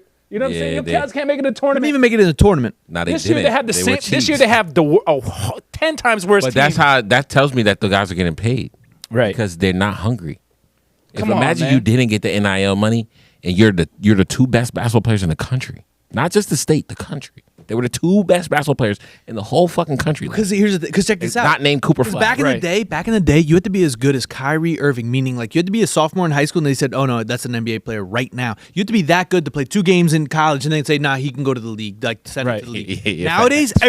everybody, it's no, he's a pro. Send him to the fucking league. Yep. Everybody, bro. But here's the thing: Rutgers now has a history and lineage of being able to get. And this is in basketball now. We're switching a little over to basketball. And be able to get these high-level, high-star recruited basketball players. And I'm not just talking about Ace and Dylan Harper. I can go back to Miles Mack. I can go back to what was his name? Shaq. Mike. what's the Mike. kid What's they- the Puerto Rican dude? Oh, Mike Rosario. Mike Rosario. Rosario. We can I go love back to Rosario. these guys. Corey Chandler. We can go back to these guys Matter now. of fact, I'll tell you, back in my day, I used to see Mike Rosario on College Ave. That's seen how him. long we've been around. Okay, remember I said Jersey's got to be at least a top 5, top 10 football school? Well, Jersey's a top 3 basketball state. Absolutely. I don't care You what don't even nobody have to- say. you don't even have to get on a plane. You can't argue me that. You don't have to get on a plane. It's New York, Jersey, Chicago. Not Philly. New York, Jersey, Philly, Chicago. Yeah. L.A. But That's the top historically- basketball Yeah, place. yeah. Historically, they always fumble when they have the good basketball players, but for some reason, when they have the ass basketball players, back when they had I forget the guy's name. Who's the kid that's on the team now that looks like DK Metcalf? He's jacked. Oh yeah, Oh, I know what you're talking the about power forward Yeah. center or whatever. Yeah, bro. He should play on the football team. Make him the tight end. Absolutely, Make him he the should be starting the tight end. tight Are you end, kidding bro. me? He's Like- better. He's better than friggin' Fletcher. But this is Bro, but this he's is like 6'8", too. and this is that. My whole point is Like like Kyle Pitts. yeah. My whole point is that you're getting the same results every single time, no matter how much you're paying a coach, no matter how much you're paying these players, no matter how much anything, you're getting the same results in the Rutgers football, Rutgers basketball, matter who's Rutgers there. athletics, no matter who is So there. why are we spending all this money? Exactly. Why are we spending all this money? Let's trim the fat. Let's save some money. Fire. We're gonna Clean lose. house, Let's clean take. house. We're already gonna lose. No matter what we do, we're gonna lose for the next 2 years. Yeah. But clean So- house and go get you a guy that knows how to do it from the mud, though. Go get me. Go get me Del Barton's coach. Go get me Signetti's brother. Right. Ooh. Need a Signetti. Yeah, go get me Get a Frank Signetti? Signetti. He was Get a our offensive coordinator back in the day. Yeah. Okay, let's bring him back in. Yeah. Let's bring him in. I like that. I like Signetti. Let's bring him Signetti's in, right bro. now, bro. They're winners. Yeah, bro. These are guys. But that's what you need. Or go get Flood. Go still. Flood did a good job, bro. He just got caught up telling those teachers to give his players A's and shit. Yeah, Like, can't but do all that. everybody, Bro, everybody but it doesn't matter. He can come back. He's a head coach at a university. He's doing great. Yeah, I think PJ Fleck would be great. I don't know if he Shaved would his if he would head. come You know by. what I'm saying? Yeah. He's like a whole new guy. But we need somebody who. I didn't even know he was in the league, bro. He was. I didn't know he was either. He was in the league. Where's Flood? He was on the not Flood. Fleck. Oh, Fleck. Yeah, Fleck is Fleck. over in Minnesota. Yeah, Fleck Yeah. is who you need. Yeah, not he, Flood. He understands. Flood he is- understands it. I think he's persona non grata. Yeah. but Fleck. Yeah, PJ Fleck. But there needs to be that's the type of guy you need though. A guy who's got that type of Let's go energy. get PJ Fleck. Type of guy who's who knows who can turn your 3-star into a 5-star. You know what I'm saying? Yeah. That type of guy. Guy who can go to a 5-star, put his fucking cojones on the table and say, listen, Yeah. I know I'm a guppy. I know I'm not Ohio State, but you know what? You come here, you can get started. You're gonna earn every single thing. You're gonna make it happen. We're gonna turn you into a star. Like, Oh, yo, Coach Flood is the offensive coordinator at Texas now. is he really? Yeah, bro. Okay, so Rutgers has got some guys out here who are shit. clearly they have success. They could do it. The X factor is Shiano apparently holds them back. Yeah. Apparently, Sorry, I hate to say it. Because I love my Shiana, school. it's that old school mentality of I know best. I know best. Yeah. You don't know. I know. Yeah. Well, guess what? You know, losing seasons, Right. not making any type of a ripple Yep. in the big, not a ripple in the conference. Yep. Nobody's scared of Rutgers. Everybody No, not a circles that. person. Everybody circles. All the backups are circling that. Like I'm gonna get game I'm gonna time play. this game. If you're Oregon, you're like, oh man, I'm about to run up with Licking 70. chops. What did they used to say in the Licking 90s and chops. 2000s? Get real. Get real. Get real. Understand, like, come on This now, is, bro. This is a money laundering operation that's going on at Rutgers. Yeah. Something's going on. It's a public university. I want a Audit. second audit. I want an audit of On the the audit. audit, yeah. I want an audit of the audit. I just From want another state. Let's have another state officials come in and let them audit us, not our current state officials, because they could be in on this. Exactly. They could be in on this. It's a public university. If you gave me, listen, Rutgers, okay, the overall school budget for the year is $6 billion. If you gave me that $6 billion, I could not only cure cancer, give everybody top-notch education, but my athletic program would be through the roof, bro. Because I'm in Jersey. I can go to New York. I can go to Philly. I can go to Connecticut. You go to Florida. Bro, 3 hours, you're in Florida. Bro, I'm not even touched. I'm just saying, without even having to spend no gas DMV, money. the DMV, Without DMV. spending no gas money, I could go get top players in all sports. But that's not even going to cure the problem because I just looked it up. In 2024 and 2025, Rutgers only generated $27 million, bro. That was 27 in football. Only $27 million. They spent like $100 million. You know what I'm Yeah, saying? yeah. You know what I'm saying? So it's like They did If that, you're but they spending did that that- knowing they weren't going to make any money. that's what I'm They saying. haven't Like, been making any money for 10 years. but like, how are you only making $27 million? it's enough. How are we just now finding out about it? It's not about that, bro. Remember, what did he just say? The overall budget is $6 billion. It's not about making money. Yeah, 'cause It's somebody- about when they go to all these places to speak to try to get kids to enroll and Yeah. try to Yeah. enroll and pay 60, 80, 100,000 to go to their school Yeah. a year. Yo, we got a football team. On Saturdays, you can get drunk with your friends and go to the game. Yeah. Pep rally and all that and play the college experience. You're not going to a school that doesn't have a Yeah, but the football games program. have to be fun, and the games aren't fun if we don't win. But Yeah. guess what? Now we're becoming Fordham. Go to Fordham. You get a good university, decent football, but they're not going to lie you into this thing of you're We going have to a West chance. Virginia Yeah. or you're going to a team that may have a chance. No. We went to the games, bro. Like, New Brunswick is lit. I don't care what nobody says. no, New Brunswick is lit, but we went to the games. The tailgates seem very manufactured. The whole Jersey boardwalk thing, I low key, I hate that. That's bad. You know what I'm saying? Like, That's that's not like bad. that's That's a not law- dope. that's That's L. them trying to sell what we have here to people who don't like. that's it. not It's We're all from here. Right. Everybody who goes to university is from freaking Jersey. I'm not going to most the part, football yeah. game to get my boardwalk experience. Exactly. I'm going to the football game to get my football experience. But in high school, you know what I'm saying? I Like, mean, you need a tailgate. What would you rather them have there? Food trucks with long lines you got to wait 20, long 30 ass minutes lines. in? Come Long ass on, lines. man. bro, what I'm saying is like when we used to go there before this whole Scarlet Walk boardwalk thing, bro. Like, and granted, kids were getting arrested. I get it, underage drinking, all that other stuff. don't know anything about that. But it was a blast, bro. You parked your car up on the grass. Never once You got your underage drank homies. at No, Rutgers we're not in my underage life. drinking. No Never one's ever once underage did drinking. that. Never once What did I'm that. saying is, you pulled up with your boys. You pulled up to the grass. You dropped the tailgate down. You know what I'm saying? You might have had a grill. You might have had some music. You might have had some friends. And you just had a good ass time. That's a tailgate. I don't need all this extra stuff. I don't think the tailgate culture was dead. I think, like you're saying, it's like now it's like you can go to a You Fordham. can't blame the school for the tailgate. I'm blaming this. They got rid of the whole culture. They got rid of the lots, bro. Nah, the lots are still aren't there. even. People No, are bro. They still built getting- buildings on the lots now. Where Oh, we well, used to some of tailgate. them, yeah. You know what I'm saying? They took now the middle is now a boardwalk. They got all the rides and stuff true. out there now. It's like that's not the. From me, someone who's lived in New Jersey, we're people who lived in New Jersey our entire lives. That's not what we want to see. Yeah. What do You we know want what to I'm see? Well, you know that's Tell us. if I had that. How about this? They put. You know how Carlo's Bakery when you go to Hoboken, tourists are out there taking Yeah, pictures. yeah. Nobody from Hoboken or Jersey Nobody ever goes steps there. foot in there. I've never been to Carlos Bakery my whole life. because it tastes like shit. Right. It looks nice. It's on TV, but it tastes like shit. So that's it's the Jersey expensive, I shit. heard. The Jersey shit is the real shit. Our thing is we have the best delis here, best mozzarella here, best pizza here, best bagels here, best. We have beer. We have put the grill on. Those are your food Be experiences. simple. Be simple. Give us quick food. Give us a lot of space to have fun. I went Yep. to a West Virginia tailgate. I went to a University of Texas tailgate in Austin, in West Virginia. it's a different experience because everybody opens everything up and says go and have Yeah. fun.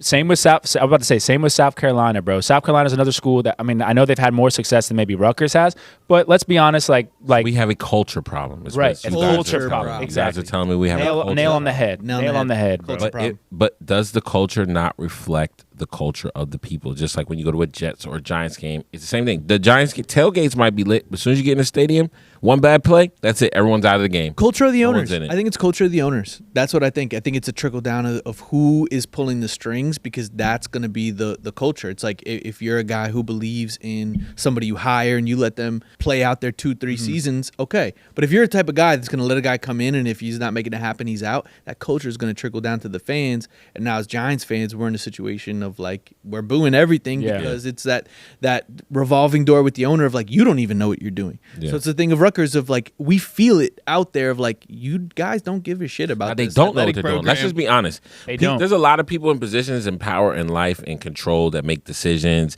whether that be GMs, that be school presidents, athletic directors.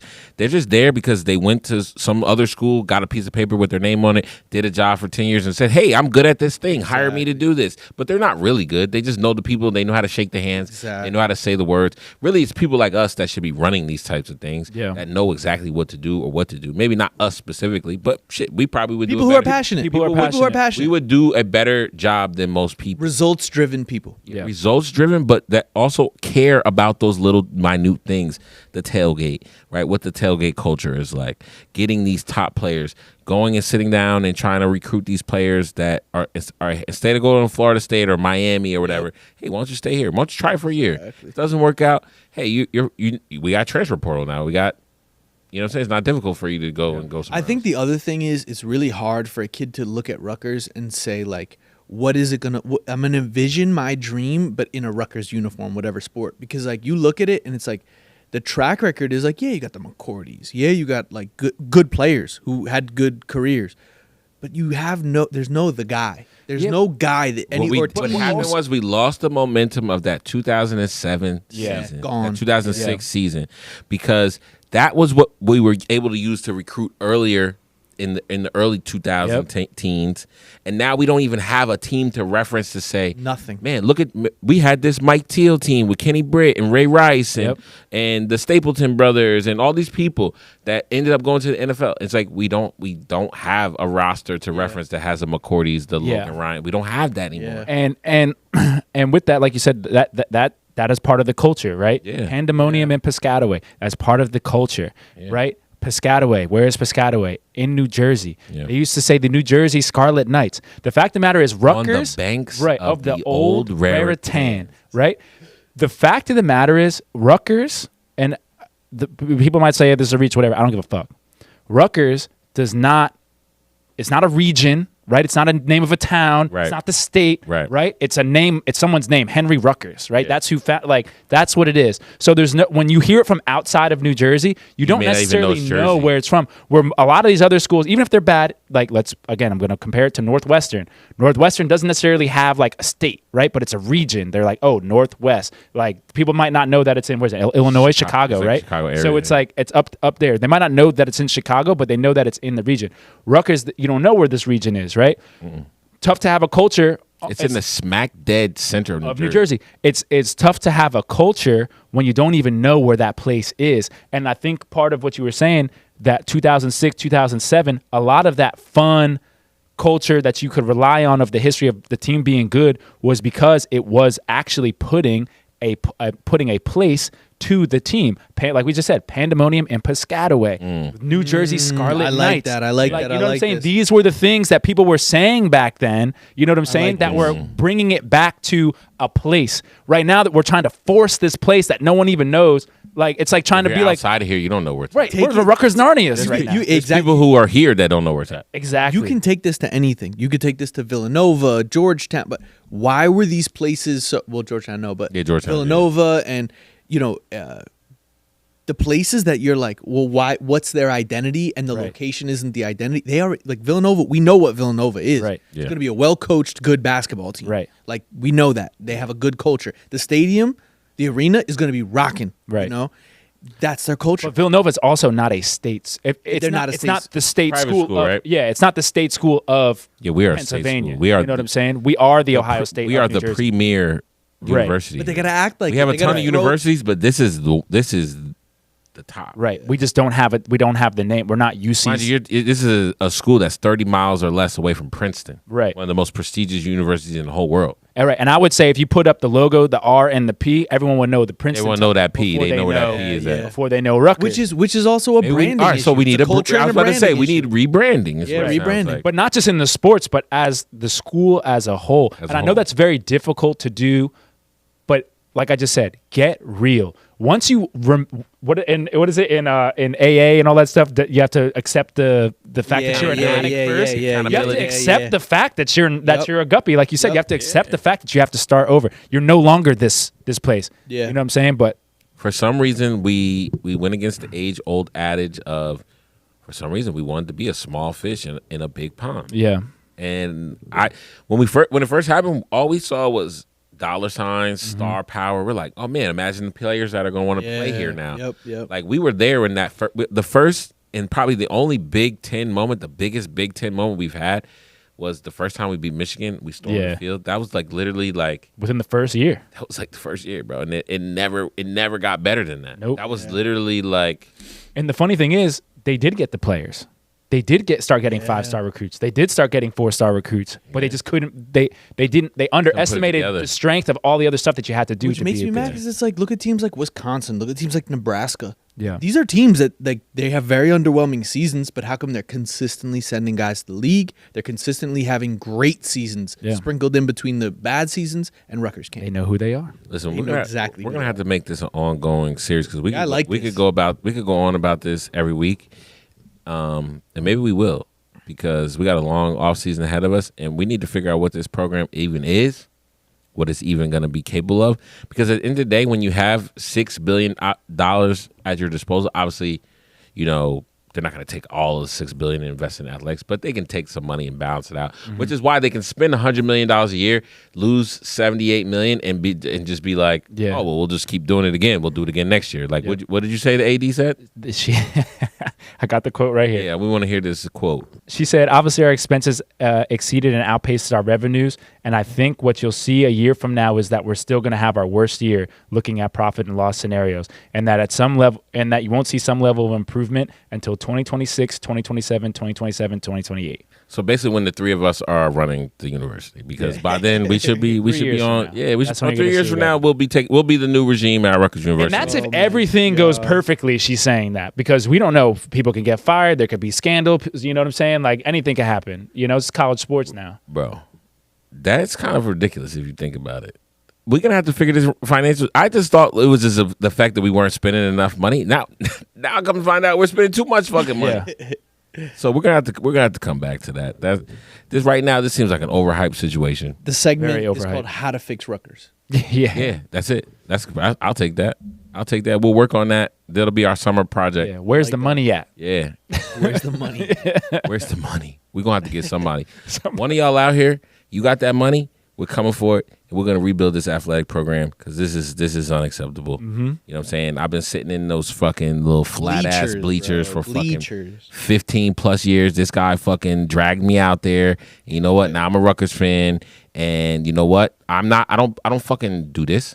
Okay? my other sports franchises I support are the Lakers, the Patriots. We win shit. And you say I got to put Rutgers in that conversation? I can't do that, okay?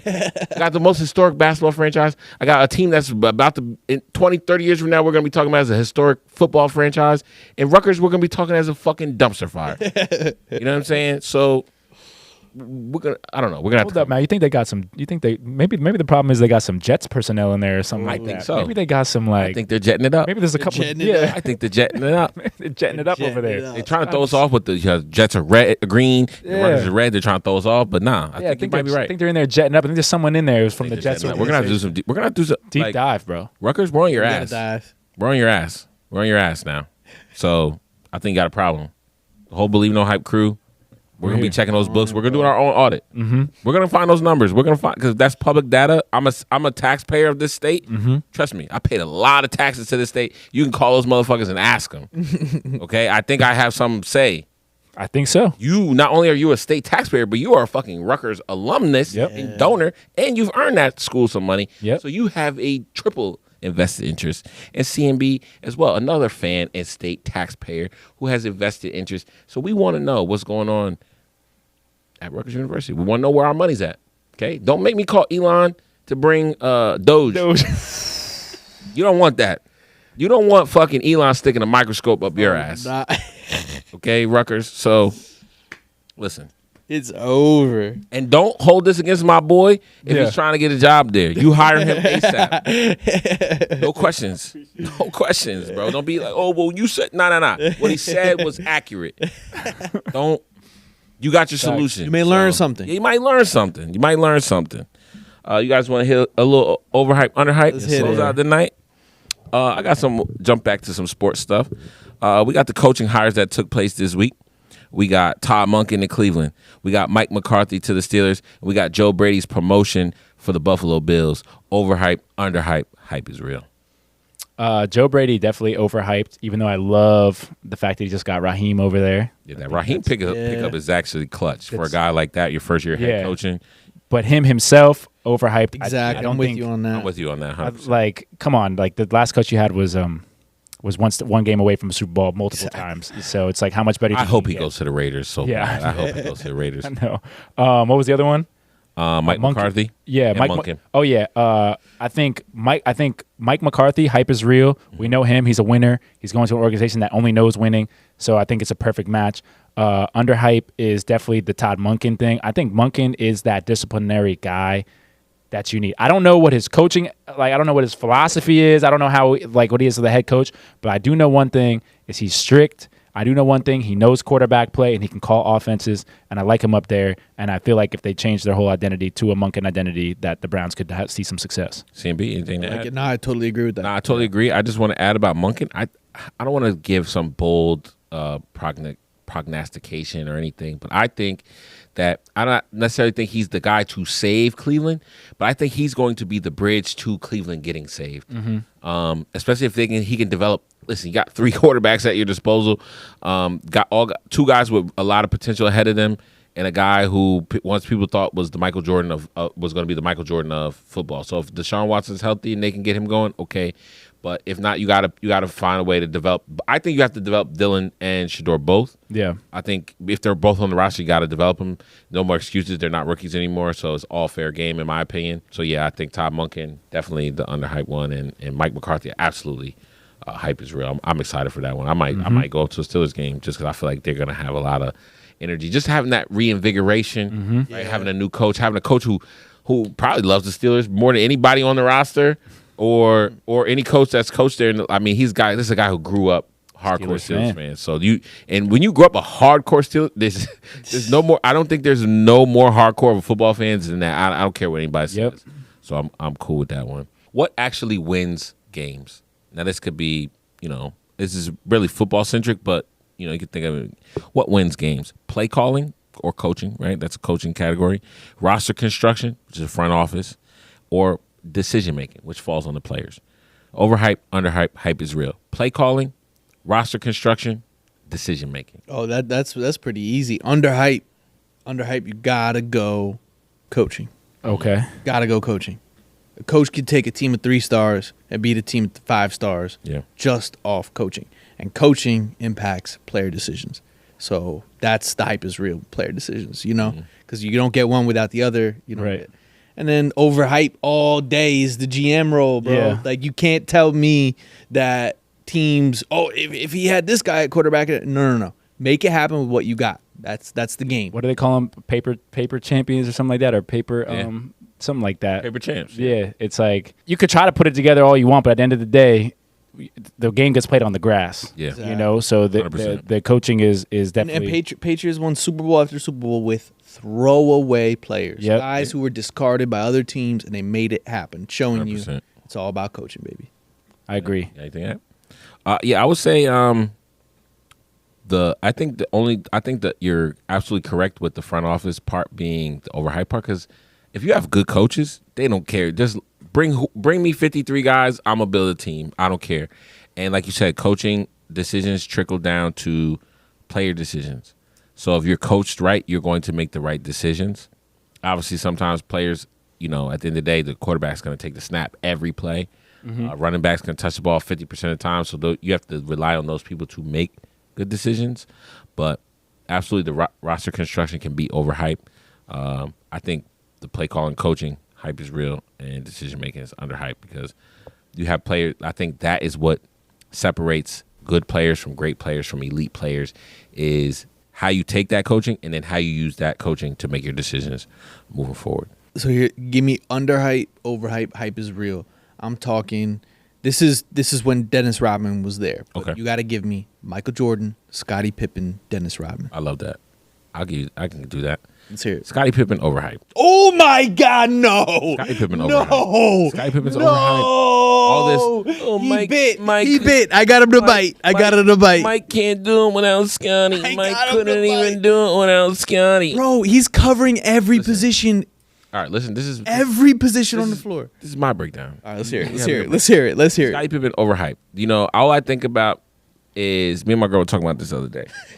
Scottie Pippen, because we were watching Last Dance. Scottie Pippen, that game when Mike wasn't on the team and he's playing the Knicks and he doesn't go in for that last play. Nah, Yeah. it just rubs me the wrong way. Throw him into the overhype. Every time I see that, I just like, nah, yo. If I could walk, I could breathe, I could move. I don't care what I think is wrong. Like, I don't even care if the play's not going to me. I'm going to. Terrell Davis went out there blind. Yeah. Terrell Davis I couldn't heard see. That. I heard But that. Terrell had a contract though. Scotty was It was a playoff game, though. It was a playoff game. See? And you, the type of elite player you are, you shouldn't be worried about a contract. You're going to get paid. So Scotty overhyped. Dennis Rodman underhyped. And the greatest player of all time, and probably damn near anything, is Michael Jordan. Yeah. So that's mine. I like it. That's interesting. That is very interesting. I was gonna say that Mike, the hype is real. I was gonna say Scotty's underhyped. I feel like they could have used him. I would say Dennis Rodman's overhyped only because I get it, like his impact of doing the dirty work and getting the fouls and crazy rebounds and playing lockdown defense, all that stuff. I just don't know. Like, I think there was other guys that could do what Dennis Rodman could have And done. they had one without him. Exactly. And Yeah, they I can also give you that. and they I can also give you won that. without They him. won like, three. They won three without him. Yeah. Like they could have been fine. Rodman was great for the selling of jerseys and like the image and Made like them the magazine litter. covers. It made them litter, right? Because Yeah. the swag, the style, the uniqueness. But Attention. He I gets think attention. Yeah, and I think Scotty underhyped for the exact reason that you just said. He could literally play any position, guard any position, and get buckets. Like he really was. Michael Jordan was so great that it made someone like Scottie Pippen look like a second fiddle, which is nuts because That's true, though. That's you know true. what I'm That's saying? true. Like, Scotty could do everything. he could have done everything. everything. Could have done everything, but it's something. It's didn't like his that attitude. switch. Yeah, the attitude was a little. But also, he comes from a different type of. I mean, grew up with how many kids? His brothers and sisters, 10 of them. Yeah. Like, and it's a little different. He didn't know much about. He feels like he's the kind of guy like that did grow up with the 14 brothers and sisters. Like he's like, hey, I need a little bit of shine too. Yeah, I need a little bit of shine. But too. then But he didn't know how to take it. He Though. didn't know how to do didn't it. know how to take Dennis it. know how to Dennis do had a it. crazy upbringing too, though. Yeah. And he was originally from Jersey. Yeah, That's true. So you gotta give him some love. That's true. That's true. That's why I give it. To us. Kobe Bryant, Shaq, Derek Fisher, What you mean by that? All right, let me. championship team. All right, let me give you this. Shaq overhyped. Oh my God, what are you talking Here's why. Here's why I'm gonna stop. get. No, here's. Stop. You gotta let me paint the picture. Of this category you just gave me, Shaq, Derek Fisher, Kobe Bryant. There's no way I can put Kobe Bryant on the underhype. I mean, excuse me. I can't put him. Well, I can't put him on underhype, and I can't put him on overhype. So I have to say hype is real for Kobe Bryant, because Kobe Bryant was able to win 2 more without Shaq. Shaq was able to win 1 without Kobe, but Kobe was able to win 2 without Shaq. And Derek Fisher was there when Kobe won those other ones. So I'm gonna say Derek Fisher underhyped. That clutch shot he hit against the Spurs, there was like 0.7 seconds on the clock. I remember that. I was sitting there watching that game. I'll never forget that. That was clutch. And he's just, you're not gonna say Derek Fisher's overhyped.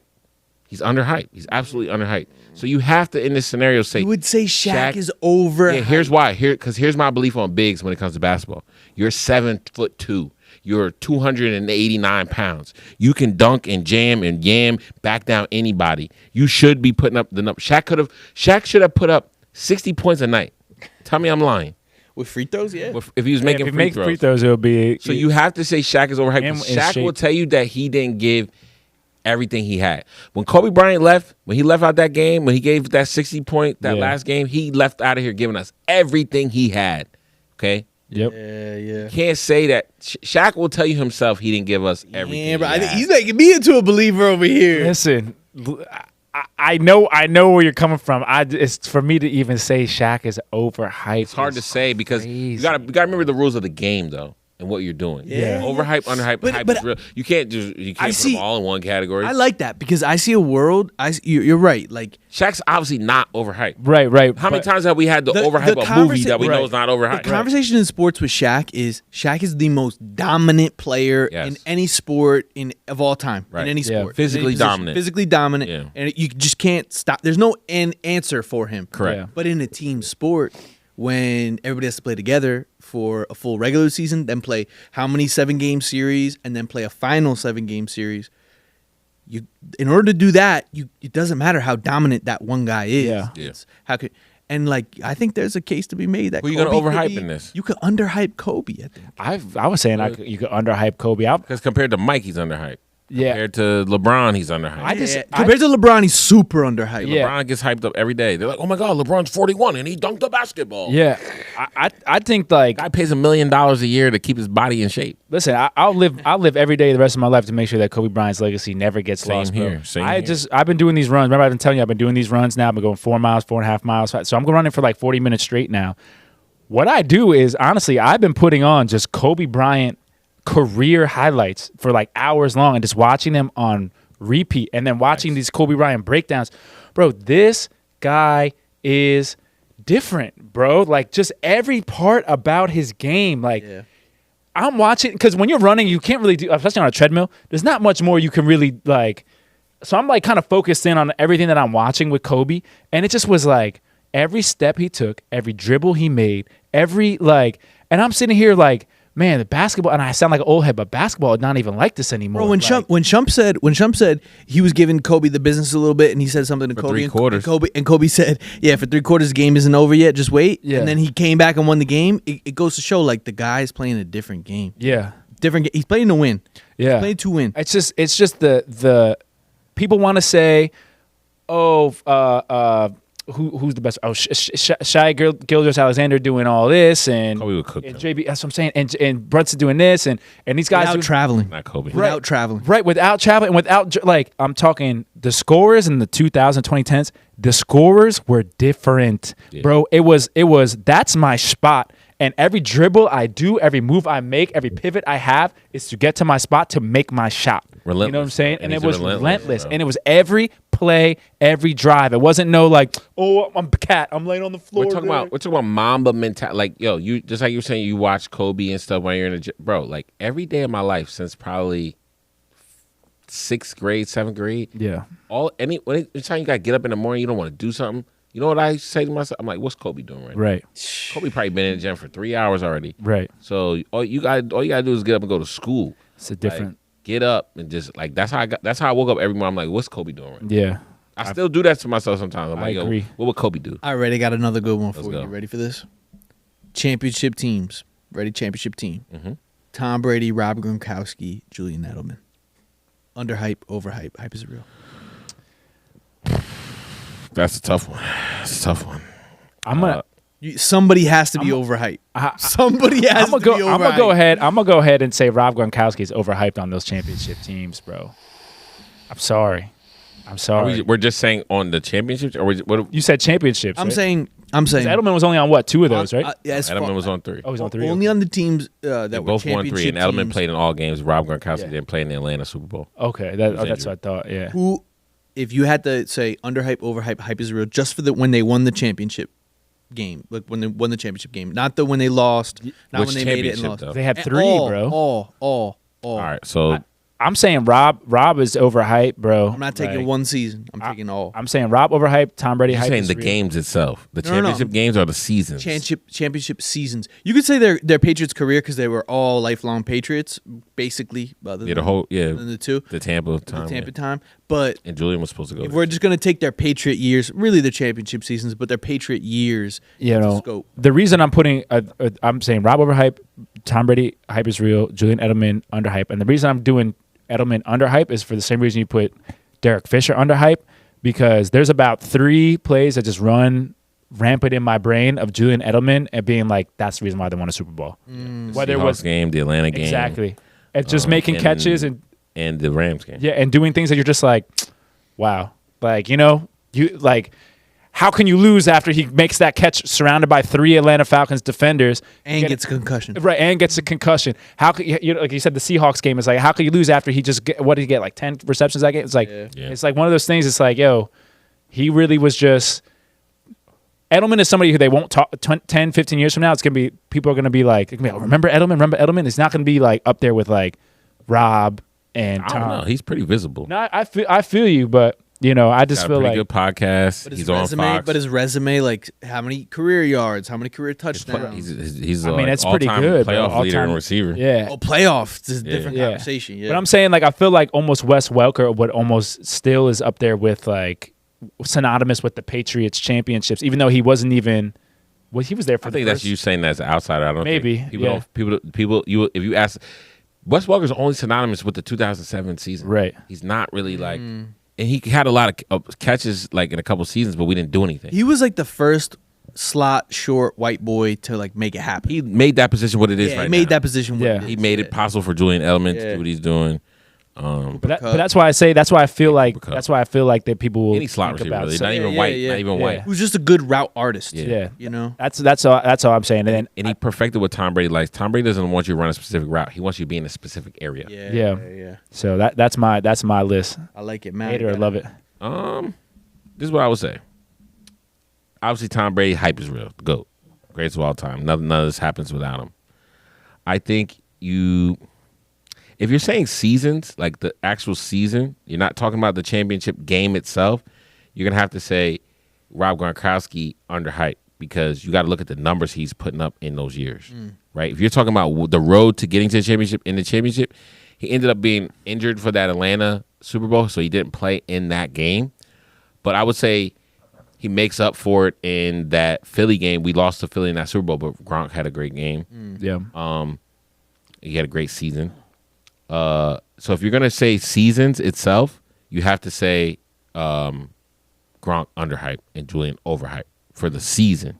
If you're saying championship game, then it's flipped. It's Julian underhyped and Rob overhyped. Because like Berg said, in a lot of those championship games, Julian was making catches where you're like, shit, like that's a game-changing play. That's a game-changing play. Like I can show you plays from each of those games that he made that if he doesn't make those, they don't win. Right. And in the playoff runs themselves, right? That play with him throwing the ball at touchdown to Amendola against the Ravens. Oh yeah. Like stuff like that. Danny Amendola, bro. Yeah. So That's a forgotten Patriot name, right? and then also I would also say in Julian's defense as underhyped is, like I said, he's the all-time leading receiver in a lot of receiving categories for the playoffs. I think next to Jerry Rice. Yeah. So when you have to talk about who is a receiver who showed up in the playoff times, when you just look at the books and you look at the stats, it's going to be Jerry Rice and it's going to be Julian Edelman. Yeah. So if you're just looking at the stats, you're going to see that name. Yeah. And if you put the weight of, if you're a person who weights playoff games so much heavier than regular season games, then you have to say he's underhyped. Yeah, I'm with you on that, 100%. You know? Okay. So overhype, underhype, hype is real. Mm-hmm. Chat GPT, Okay. traditional Google search. Last but not least, we got asking P to P, like person to person. Like ask a friend. Yeah, like Phone a ask, friend. like phone a friend. So can we just say AI, search engines, Okay. Yeah. or ask a friend? AI search engines or person to person for let's say overhype, underhype for getting your information, for like information Anything. consumption. It could be anything. Yeah. Yeah. All right. Well, asking a person in 2026 is overhyped. Oh. It's overhyped. Here's why.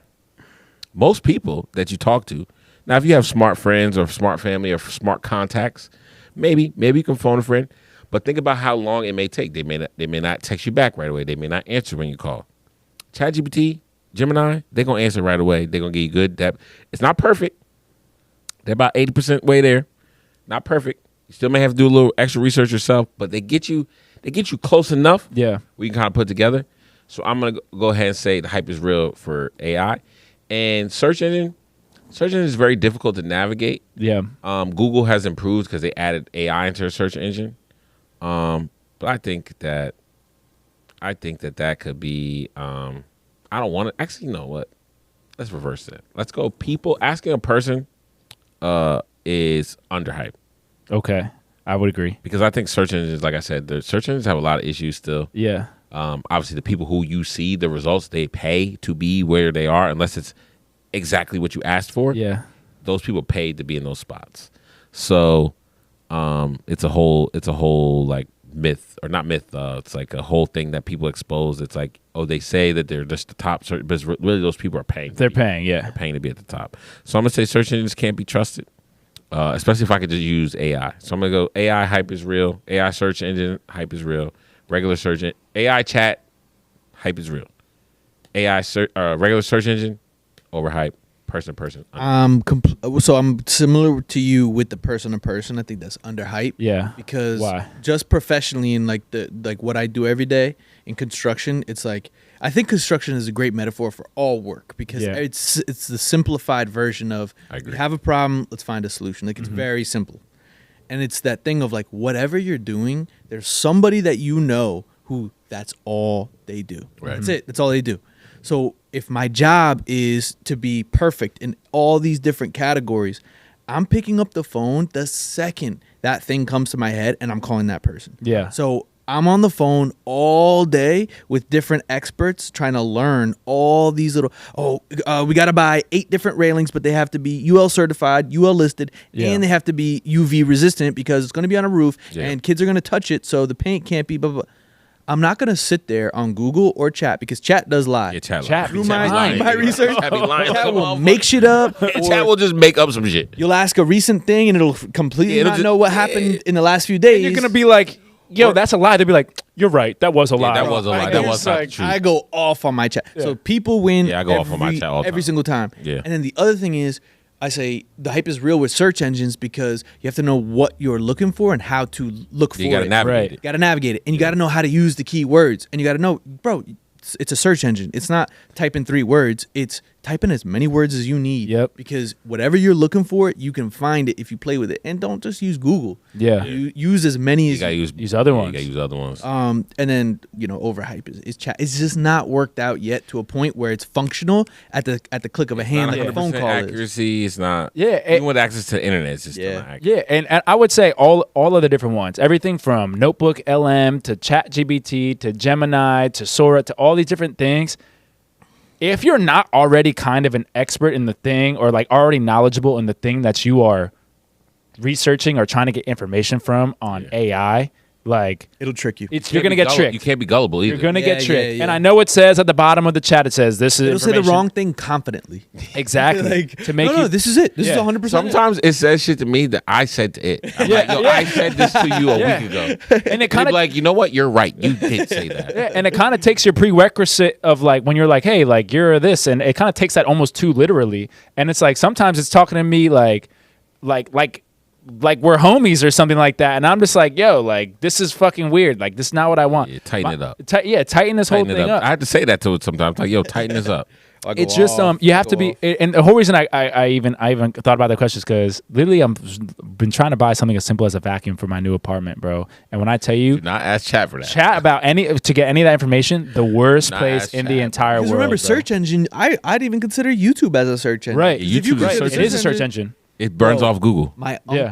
uncle could fix any microwave, wash machine, Yep. anything. Oh, yeah, I fix everything you could based off imagine, YouTube, and bro. he learns it all on YouTube. YouTube. Yeah, that's what I Anything. do. Way my faster car, than if I need chat. to change parts on my car, just Everything. It's all Way on. faster than chat. And I know people are going to be like, oh, well, that's not what the AI is supposed to be for. It's not supposed to be for you, blah, blah, blah. But the fact of the matter is, it's getting the stigma of replacing this person or replacing this engine or replacing the research. The fact of the matter is, the best advice / research that I got for getting a fucking vacuum for my crib, something as simple as that, has been talking to my mom.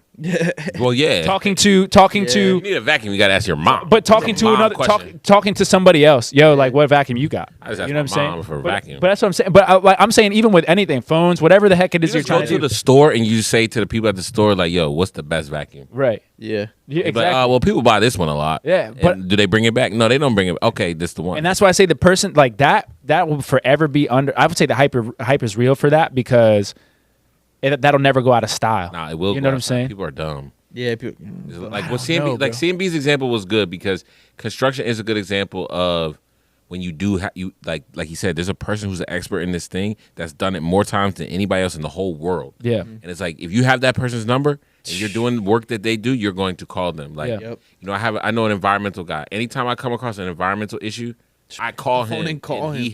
he's going to give me an answer. Yep. You know what I'm saying? And they can add those little tidbits, like you just Yeah. said. They'll add that Little little, bit of like context. yeah. nuances, yeah. Little nuance. Now I'll use chat if if I don't know what a certain phrase or term is or what Yeah. something. I'll ask it and I can I get use that it as type an of information. autistic Google. That's Yeah. how I use chat. No, chat is just an extension of it's my brain's workspace. Yeah. So instead of everything in my brain being in here, I can now put it in here. And yeah, have a organize conversation. Helps Yeah. put it together. It helps Yeah, it's put it great, together. good It's combo for like that. organization. It helps for organization. Movies, okay. These are movies that get a little like technology is involved. You know, advancement of the human mind. Okay. We have Transcendence, Johnny Depp, Lucy, Scarlett Johansson, or Limitless, Bradley Cooper. Overhyped, underhyped, hype is real. Overhype is definitely Lucy, bro. Overhype is Lucy. Here's why I say this. It's all good while you know what I'm saying? When it first starts, it's all good. It's like, oh, I can think better than everyone. I can move faster than everybody. My reflexes are better. But at the end of the day, you become an enigma. Yeah, You know, that's like you basically just what turn into vapor, and now you're just a fairy floating around in light a smart particles. vapor. Just a vapor out here. You don't even have a life really. Like so, you enjoy all this greatness just to essentially have no life, but you never technically die because you're just this all powerful fairy dust that flies around the world. I don't even know what you can do. So overhyped, Lucy. Sorry, and I think it was a dumbass movie. Yeah. It was a little dumb. It was a little Lucy's dumb. a little dumb. You know what I'm saying? Morgan Freeman in that movie? It might have been. He wasn't, I right? think it was like the guy, that, like the guy that was like trying to help her. yeah, trying to help her through the whole situation. Now, everything up until she became the Vapor was kind of cool. I'm not gonna I hold. mean, you. when she became the Vapor was kind of cool. Like that scene before, like where she like travels through time. Oh, facts. That was That was kind kinda of lit. dope. And she That brings was- builds that supercomputer. Yeah, that was actually She kind like of turns it and puts everything, like all the knowledge of the world, like on that little thumb drive. Yeah. And she just disappears into nothing. Yeah, but that's the part that kills me every time. Yeah. The disappearing into nothing is what turns this into an It just becomes overhype. like particles. Yeah, because now you're just nothing. If your brain is that smart that you think your brain could just turn you into particles if it wants, Right. That just shows how dumb you are, though. That just shows how dumb you are. Oh, I'm going to be the smartest human, so I'm not going to be categorized as a human anymore. What the I'm just become particles. Particles, is right? that? Especially when you can just do the Bradley Cooper move and just take the pill whenever you want to be smart. Wait, take the pill. Wait, let me ask you a question. So, because I didn't see Lucy. So Lucy takes this, the capsule No, breaks. they put it in They her. put it in her. They it in were her. smuggling the And it drug, breaks. and it breaks. Yeah. Okay, so let me ask you this. If she's the smartest person alive and she has all the information, why couldn't she just reverse it? She was Right. trying. That's the whole. That's what the whole. point As of she's the getting movie. And she smarter, wasn't able then- to. No, but she didn't. Once she realized what it was doing to her, she didn't want to. She wanted to see it play out because Got you. as she got smarter, she's like, no, I want to get to 100%. Her brain basically went from whatever they say the average is 10% of your brain. Yeah. She went to you be able to use 100. Like she was able to heal her cells, change her cells. Yeah. Like when she got to 100% brain capacity, she didn't even need to exist. And over time, it was just going up. Like at a certain point, she was moving at 10. Then at a certain point, she was moving at 50. And like, Yeah, it didn't when- happen all at bro, once. when she It was at happened like over time. 92%, she was able to like travel. She like went back in time and then went in like. It's came a little back. metaphor It's, for like, life, crazy. though. It's a Yeah. metaphor for life of like, hey, when we're like 80 years old, like we can't run, jump, or do shit, but like all the knowledge is really in our heads, and then we just fucking Yeah. die. Yeah, kind of. You know. Yeah, that's actually Essentially. Yeah, without even seeing the movie that is So, actually. so Lucy's very much like, okay, I didn't need, you know what I mean? Like, Yeah. she didn't need to do that shit. She could have just lived a regular life, and she would have done that exact same thing. Yeah. but they didn't know what. And the thing was, they didn't know what would happen to her because no one had ever consumed so much of that drug. So Morgan Freeman was like the person who kind of had like, oh, this may happen. When you get this much brain capacity, you might be able to do this. You might be able to do that. And it was actually exceeded far beyond what they thought. 'Cause obviously, a person with 10% brain capacity could never tell you what a person with 100% brain Yeah, capacity. Right. yeah, That would make no sense. I want to see that shit. Yeah. I'm just not trying to live a Lucy life. So what about Transcendence. Yeah. What about Transcendence? Transcendence is interesting because I don't want to say that's underhyped Because to be honest with you, because once he transferred the brain into the computer, Yeah. He started wilding. he started wilding, right? Like His AI started wilding. yeah, like it started turning on Took him. over the world, Yeah. like got embedded itself on. But all right. So the thing with Transcendence is this: it makes you think that his AI is going rogue, and it's like gonna like the plan is for it to take over the world. But really, it took over the world, and then it just made everything better. Spoiler alert. Just Right. like it fixed the weather, it fixed like global warming, it fixed like the financial market. He fixed everything. Like everything, like they were like, oh my God, he like did it. Like Yeah. and they were like, oh, like because the whole movie they're trying to stop like the anti AI people. They're like trying to stop his brain from uploading to like the super Everything, the mega servers. Yeah. So it's like he was like on his own farm. Like he had built this whole facility, and he was like his AI was housed there, and then like he had these nanobots. Right? Remember those? Oh, and yeah. they were like they were gonna release the nanobots like into the world. When he released the nanobots, that's how he was able to fix the weather, like and change everything, bro. He just made the world perfect. Yeah. I'm gonna go hype is real, I guess, for that. Not for any other reason, just because I have to. Yeah. And then underhype on the on Limitless pill. I just feel like that's the best situation. Like, Everybody saw that movie Yeah. and was like, I want that. yeah, whenever you Yeah. need it, just and you're good to go. Yeah, I would go Limitless. To me, hype is real. Like, why not? Like, this is pop an Adderall and life's better. Yeah. You know what I'm saying? That's basically what that movie is. Lucy, I'll give you Overhyped. Lucy, yeah, the ending is a little weird. The whole movie is the whole setup a little bit weird. And Transcendence to me is underhyped, bro. Because if I ever get a chance to upload my brain to AI, you better forget about it. Yeah. You better hope my brain AI does good. You know what I'm saying? Because who knows what it might do. So Yeah. I'm gonna just say that's underhyped because that is a good movie to me. And Johnny Depp is Johnny Depp. These are all time travel based type of movies.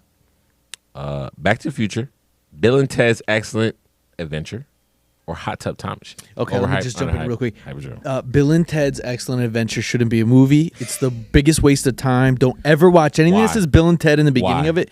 Don't watch it. It's almost like, dude, where's my car? You Yeah. will get Oh, yeah, dumber. 100%. You will get dumber. Midway through the movie, you're gonna be like, wait. No, they what teach am you a little bit of history. What in am I there. doing right now? I'm wasting my life. Don't watch that movie, bro. Yeah, I'm kind of horrible, on overhyped. your side with that because if you never said Bill and Ted, I would never ever like even thought about Bill and Ted. Bro. And I know they It's a time exist, travel movie. and I know they exist, but it's just like, like I don't have any quotable Keanu? lines, bro. Keanu? No, I know I like Keanu. I think Bill and Ted is good for him. I mean, it helped him out, but it's just like it's very forgettable for me. Wild Stallions, boy.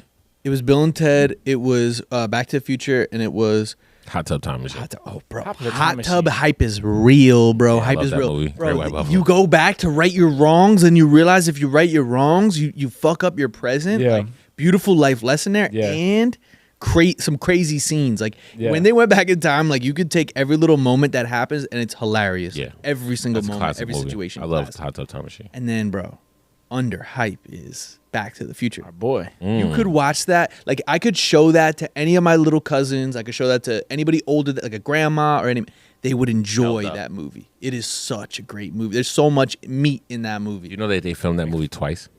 What you mean? Oh, because the original Yeah, the original actor. They filmed 80% of the movie with some other guy. It wasn't even Michael J. Fox. Yeah, it wasn't Michael Really? J. And they I were, didn't like, know that. They were almost done. They were like, just don't Did you see think he's it. the shots from that? Yeah. So some of the shots from that, like when they're in the diner scene, and you know remember when Michael J. Fox kind of reaches around with like an eyebrow kind of really high up? Like, Yeah. what the heck is going? Who is this? My mom right here? Yeah. It was a family member.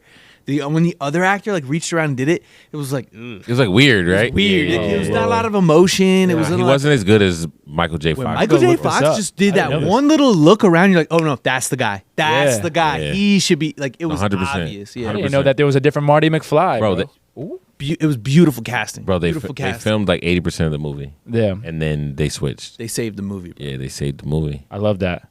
And it cost them a lot of money to do that thing. They said Biff was supposed to be after Donald Trump, like that. They were like like So it was like a young Donald Trump. yeah, That's they wrote him hilarious. after Donald, like his personality. I believe that. Yeah, then Doc, man, the flux capacitor. I mean, even people that don't know Back to the Future know Back to the Future. I don't think you Yeah. have never not seen Back to Yeah. the Future. You remember you used to just come on TBS like every day. Yeah, Bro, Back to the Future is kind of like Last of the Mohegans. It's like one of those movies you got. I've been Dark watching- Knight. Dark Knight. Bro, I've been- Everybody's seen it. You gotta watch it. yeah. I'm 35, about to be 36 years old. I've been watching Back to the Future for my whole entire life. And every time I watch it, I notice new things. Yeah, So yeah. it's like one of those movies like, oh, like I mean, I've been to the set of Back to the Future when I was a kid. I went to Universal Studios. It deserves the And lore. It's like It I've seen does. the car, I've seen all that shit. Like it's The just a cool ass- DeLorean. the It DeLorean. deserves the lore. When I see a DeLorean in real life, only thing now, you think it's like about. time machine. Yep. It's crazy. Like remember all those detective shows where your dad would see a car and he'd be like, "Oh, this was the car in this show, and this was This the is car." a car from Knight Knight Rider. Rider. Yeah. Nothing. Knight Rider. Nothing lasted like Back to the Future's car. Nope. It'll never die out. I would say Hot Tub Time Machine is completely underhyped. That's such an underhyped movie. People have never seen it. People like that's the only thing. This is the only ones I'm gonna switch. Obviously, Bill and Ted. I'll give you the overhype. It's kind of dark too. Hot Tub Time Machine underhyped, absolutely underhyped. And the reason why I'm saying that is because I gotta say Back to the Future is hype is real. Like you Yeah. gotta get that hype is real because it's one of the greatest movies of all time. Robert Zemeckis, Christopher Lloyd and Michael J. Fox classic. Christopher Lloyd, bro. And it sets up the basis for a lot of the time travel movies. Just like you said, the reason I like Hot Tub Time Machines because they get to go back in the past and they get to right some of their wrongs and save something. And they notice that if you do something in your past, it affects your future. Marty McFly, same shit. He had to go down. He was interacting with his parents and stuff. He's like, I think his mom tried to kiss him. Yep. It's like a whole thing. You know what I'm saying? So he was had to make sure that disappearing. they He was met. disappearing. Remember on the Yep. car on this picture. You ever see that Portal movie where the Portal? no, it's not called Portal. No, but you said Portal. Yeah, it's a portal. Yeah. Where the scientists, it starts with they discover the pyramids at Giza and they discover Stargate. Stargate. You ever see Stargate? Stargate, yeah, bro. What a I movie. just that saw movie. that like last I love that week. movie with Bro, what's his name? it blew my mind. Yeah. You know, there's like a Blew whole my TV mind. show about it James too, bro. Spader. Really? James Spader. Yeah. And, Oh, he's the main character. What's the guy, the tough guy? He's in. Is it not Kurt Russell? Is it Kurt Russell? I think Kurt Russell. Yeah, Kurt Russell and it's Kurt Russell and James Spader. love Yeah, that movie. That's a good cool movie. Yeah, Great 1994, movie. but And yeah, they like they- end up on another planet. It's like Yeah. a really a Stargate to another world. I don't think you can just make up something or that never existed or can't exist or doesn't exist. It's like, Yeah. how did you come People up aren't with the that word creative. Stargate? Yeah. If it was, you know what I mean? It's Yeah. like it would have never even crossed your mind. I think they got it because that's what is written in the hieroglyphs. It says that there was a Stargate. Stargate. Well, that's the thing in the Emerald Tablets. Yeah. That it talks about like stargates. It talks about like advanced technologies that like how would they know what a helicopter as opposed to an airplane was? You Right. know what I mean? Like Right. that kind of distinctions and stuff like that. It's mind blowing. So I got one more, and this is another time travel type. We got Tenet, we got Deja Vu, and we got Source Code. Overhype, underhype, hype is real. Tenet is freaking killer. Yeah, that's one of my favorite Tenet movies. is like I don't think I've seen Source Code. Source Code. Jake Gyllenhaal. He's on the train. He keeps like he's not. This isn't really a time travel per se.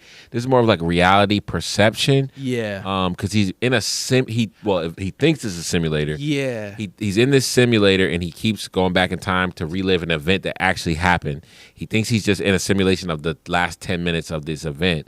But in the ending, I don't want to ruin the movie. It's an old movie, spoiler alert. In the end, when he goes back in, he's able to save the mission. He's able to. A bomb blows up a train. A terrorist attack happens. He keeps getting sent back as someone who was like a witness who was on the train, and he has to like go back and he's able to move around freely. And he has to find the person that planted the bomb on the train. So he does this like 100 times. Yeah. He does this over and over and over. It's a whodunit, but But really, Time he's a travel. soldier who was he was an Air Force pilot that was blown up. So he's really just like part of He's his dead. body, and his brain is hooked up to the machine. So he's not even alive. He's but dead, he thinks really. He's alive. his brain is His alive. brain is only alive, but they make him think he's alive, like inside this simulation. All right, this movie sounds kind of lit. So he keeps going, he keeps failing, keeps trying different stuff. He falls in love with the girl. He tries to get her to jump off the train every time, no matter what, they die. So he's able to change the course of action, and then once he's able to change it, he stays inside the simulation. He doesn't like die and start over. Like that's how it's happening. And he didn't want to live anymore because once he found out he was just like a body, he was like, well, just get, like. And then the girl said she would kill him. So they go to kill him, and then he doesn't die. He stays inside the simulation. That's lit. So he's So like, kind of gets a chance at a new life. well, this is what happens. So he has fake this life. phone. So he has her number. The agent that kept sending him back into the machine. So he calls her and he's like, if this is real, like you have whatever his name was, you have Jake Gyllenhaal sitting in your little machine in wherever your base is, and like this is real. This isn't a simulation. Like you were really sending me back in time. Or whatever. And he's like, this worked. So he like basically in the end, like the happy ending is that the simulation isn't a simulation at all. It's real. Interesting. Yeah. Yeah. So he was just sent to a. I looked this up with ChatGPT. Again, take it with a grain of salt. But ChatGPT said it's not that it's a different timeline. Or no, excuse me. It's not that he's back in time. It's a completely different timeline. So every time you get sent back, you're sent back to a different timeline, and a new branch gets branched off. So every time he was going back, a new branch was happening, and he just kept going back and back and back until he ended up in a branch. That's how I love to see time travel and dimensional travel is like that. Like, Yeah, not Inception. yeah, That was too much. exactly. And that Inception isn't really time travel as much as time dilation. Yeah, I just like Slowed down inside the dream world. Yeah, I just like the idea of every time, like it was if you use the Back to the Future Marty McFly situation. Every time you go back, or Hot to Time Machine, every time you go back and change something, it doesn't necessarily erase the present that you had before you changed the past. It just, like you said, branches off and new creates branch. another parallel line Right. that they can't touch, right? Because this thing over here has already happened, so now they can't touch. So they're moving, I guess, for the cameras, they're moving like this together. I like It's that like when idea. Marty got back and like Biff was working for his dad now instead of his dad working for Biff. Exactly. It's like I definitely prefer that style of time travel and believe in that a little bit more. But I will say, Tenet, hype is real. Yeah. That movie's All kind of day. lit. All day. I never heard about Source Code, so I'm gonna go Underhype on Source Code, and I guess I'll overhype. What was the other You one? can't overhype Deja Vu, bro. Why not, Deja bro? Vu's good. I don't really like Paula Patton like that. I'm sorry. Yeah, but the concept of that movie though, like it's similar to Source Code or That's true. So then, they're using in these movies, they're using But Denzel time killed as that like movie. a weapon almost or like Yeah. a tool. Right. Yeah. Like Tenet, he uses time once he realizes like what it is, he's like, all right, I gotta go back a couple days so I could kinda figure this thing out. So he starts to use Tenet like I guess maybe the way it was intended, but he uses it in his favor to kind of fix the situation that he was Yeah. in. Right. And then it turns out he'd been calling the plays the whole time because that's how long he's been traveling through time. So I thought that was a cool concept. So that, of course, his hype is real. But Deja Vu, bro. Yeah. no, Like, Deja Vu Source was Code is lit. great, but I'm gonna go Source Code is overhyped. Overhyped. just That's the 'cause, only one I'd yeah, overhype. Even though it's a good movie. I it's do a like good Source movie, Code. but I would say it's overhyped just Yeah. because like Because you got to compare it. compared to the ones that's in a category with. Yeah. I like Deja Vu. I just I never like Deja seen Vu a Source lot. Code. Because in Deja Vu the whole time they're not like, oh, this is a time machine. This is a time Right. machine. What's the one? What's the time travel one with who's the dude in Die Hard? Bruce Willis. Bruce Willis? Oh, Looper? Looper. Looper. Yeah, was Yeah, I pretty think we cool. talked about that Crazy. before. Looper. Yeah. Looper. Yeah. Listen, if you laughed, learned, or questioned the hype, remember to like, follow, subscribe, comment, share. Follow us on all social media. Believe No Hype on all social medias. Check out BelieveNoHype.com. We appreciate the love, support. Appreciate you guys tuning in. Hope you enjoyed the episode. And as always, till next time, believe no hype. Peace.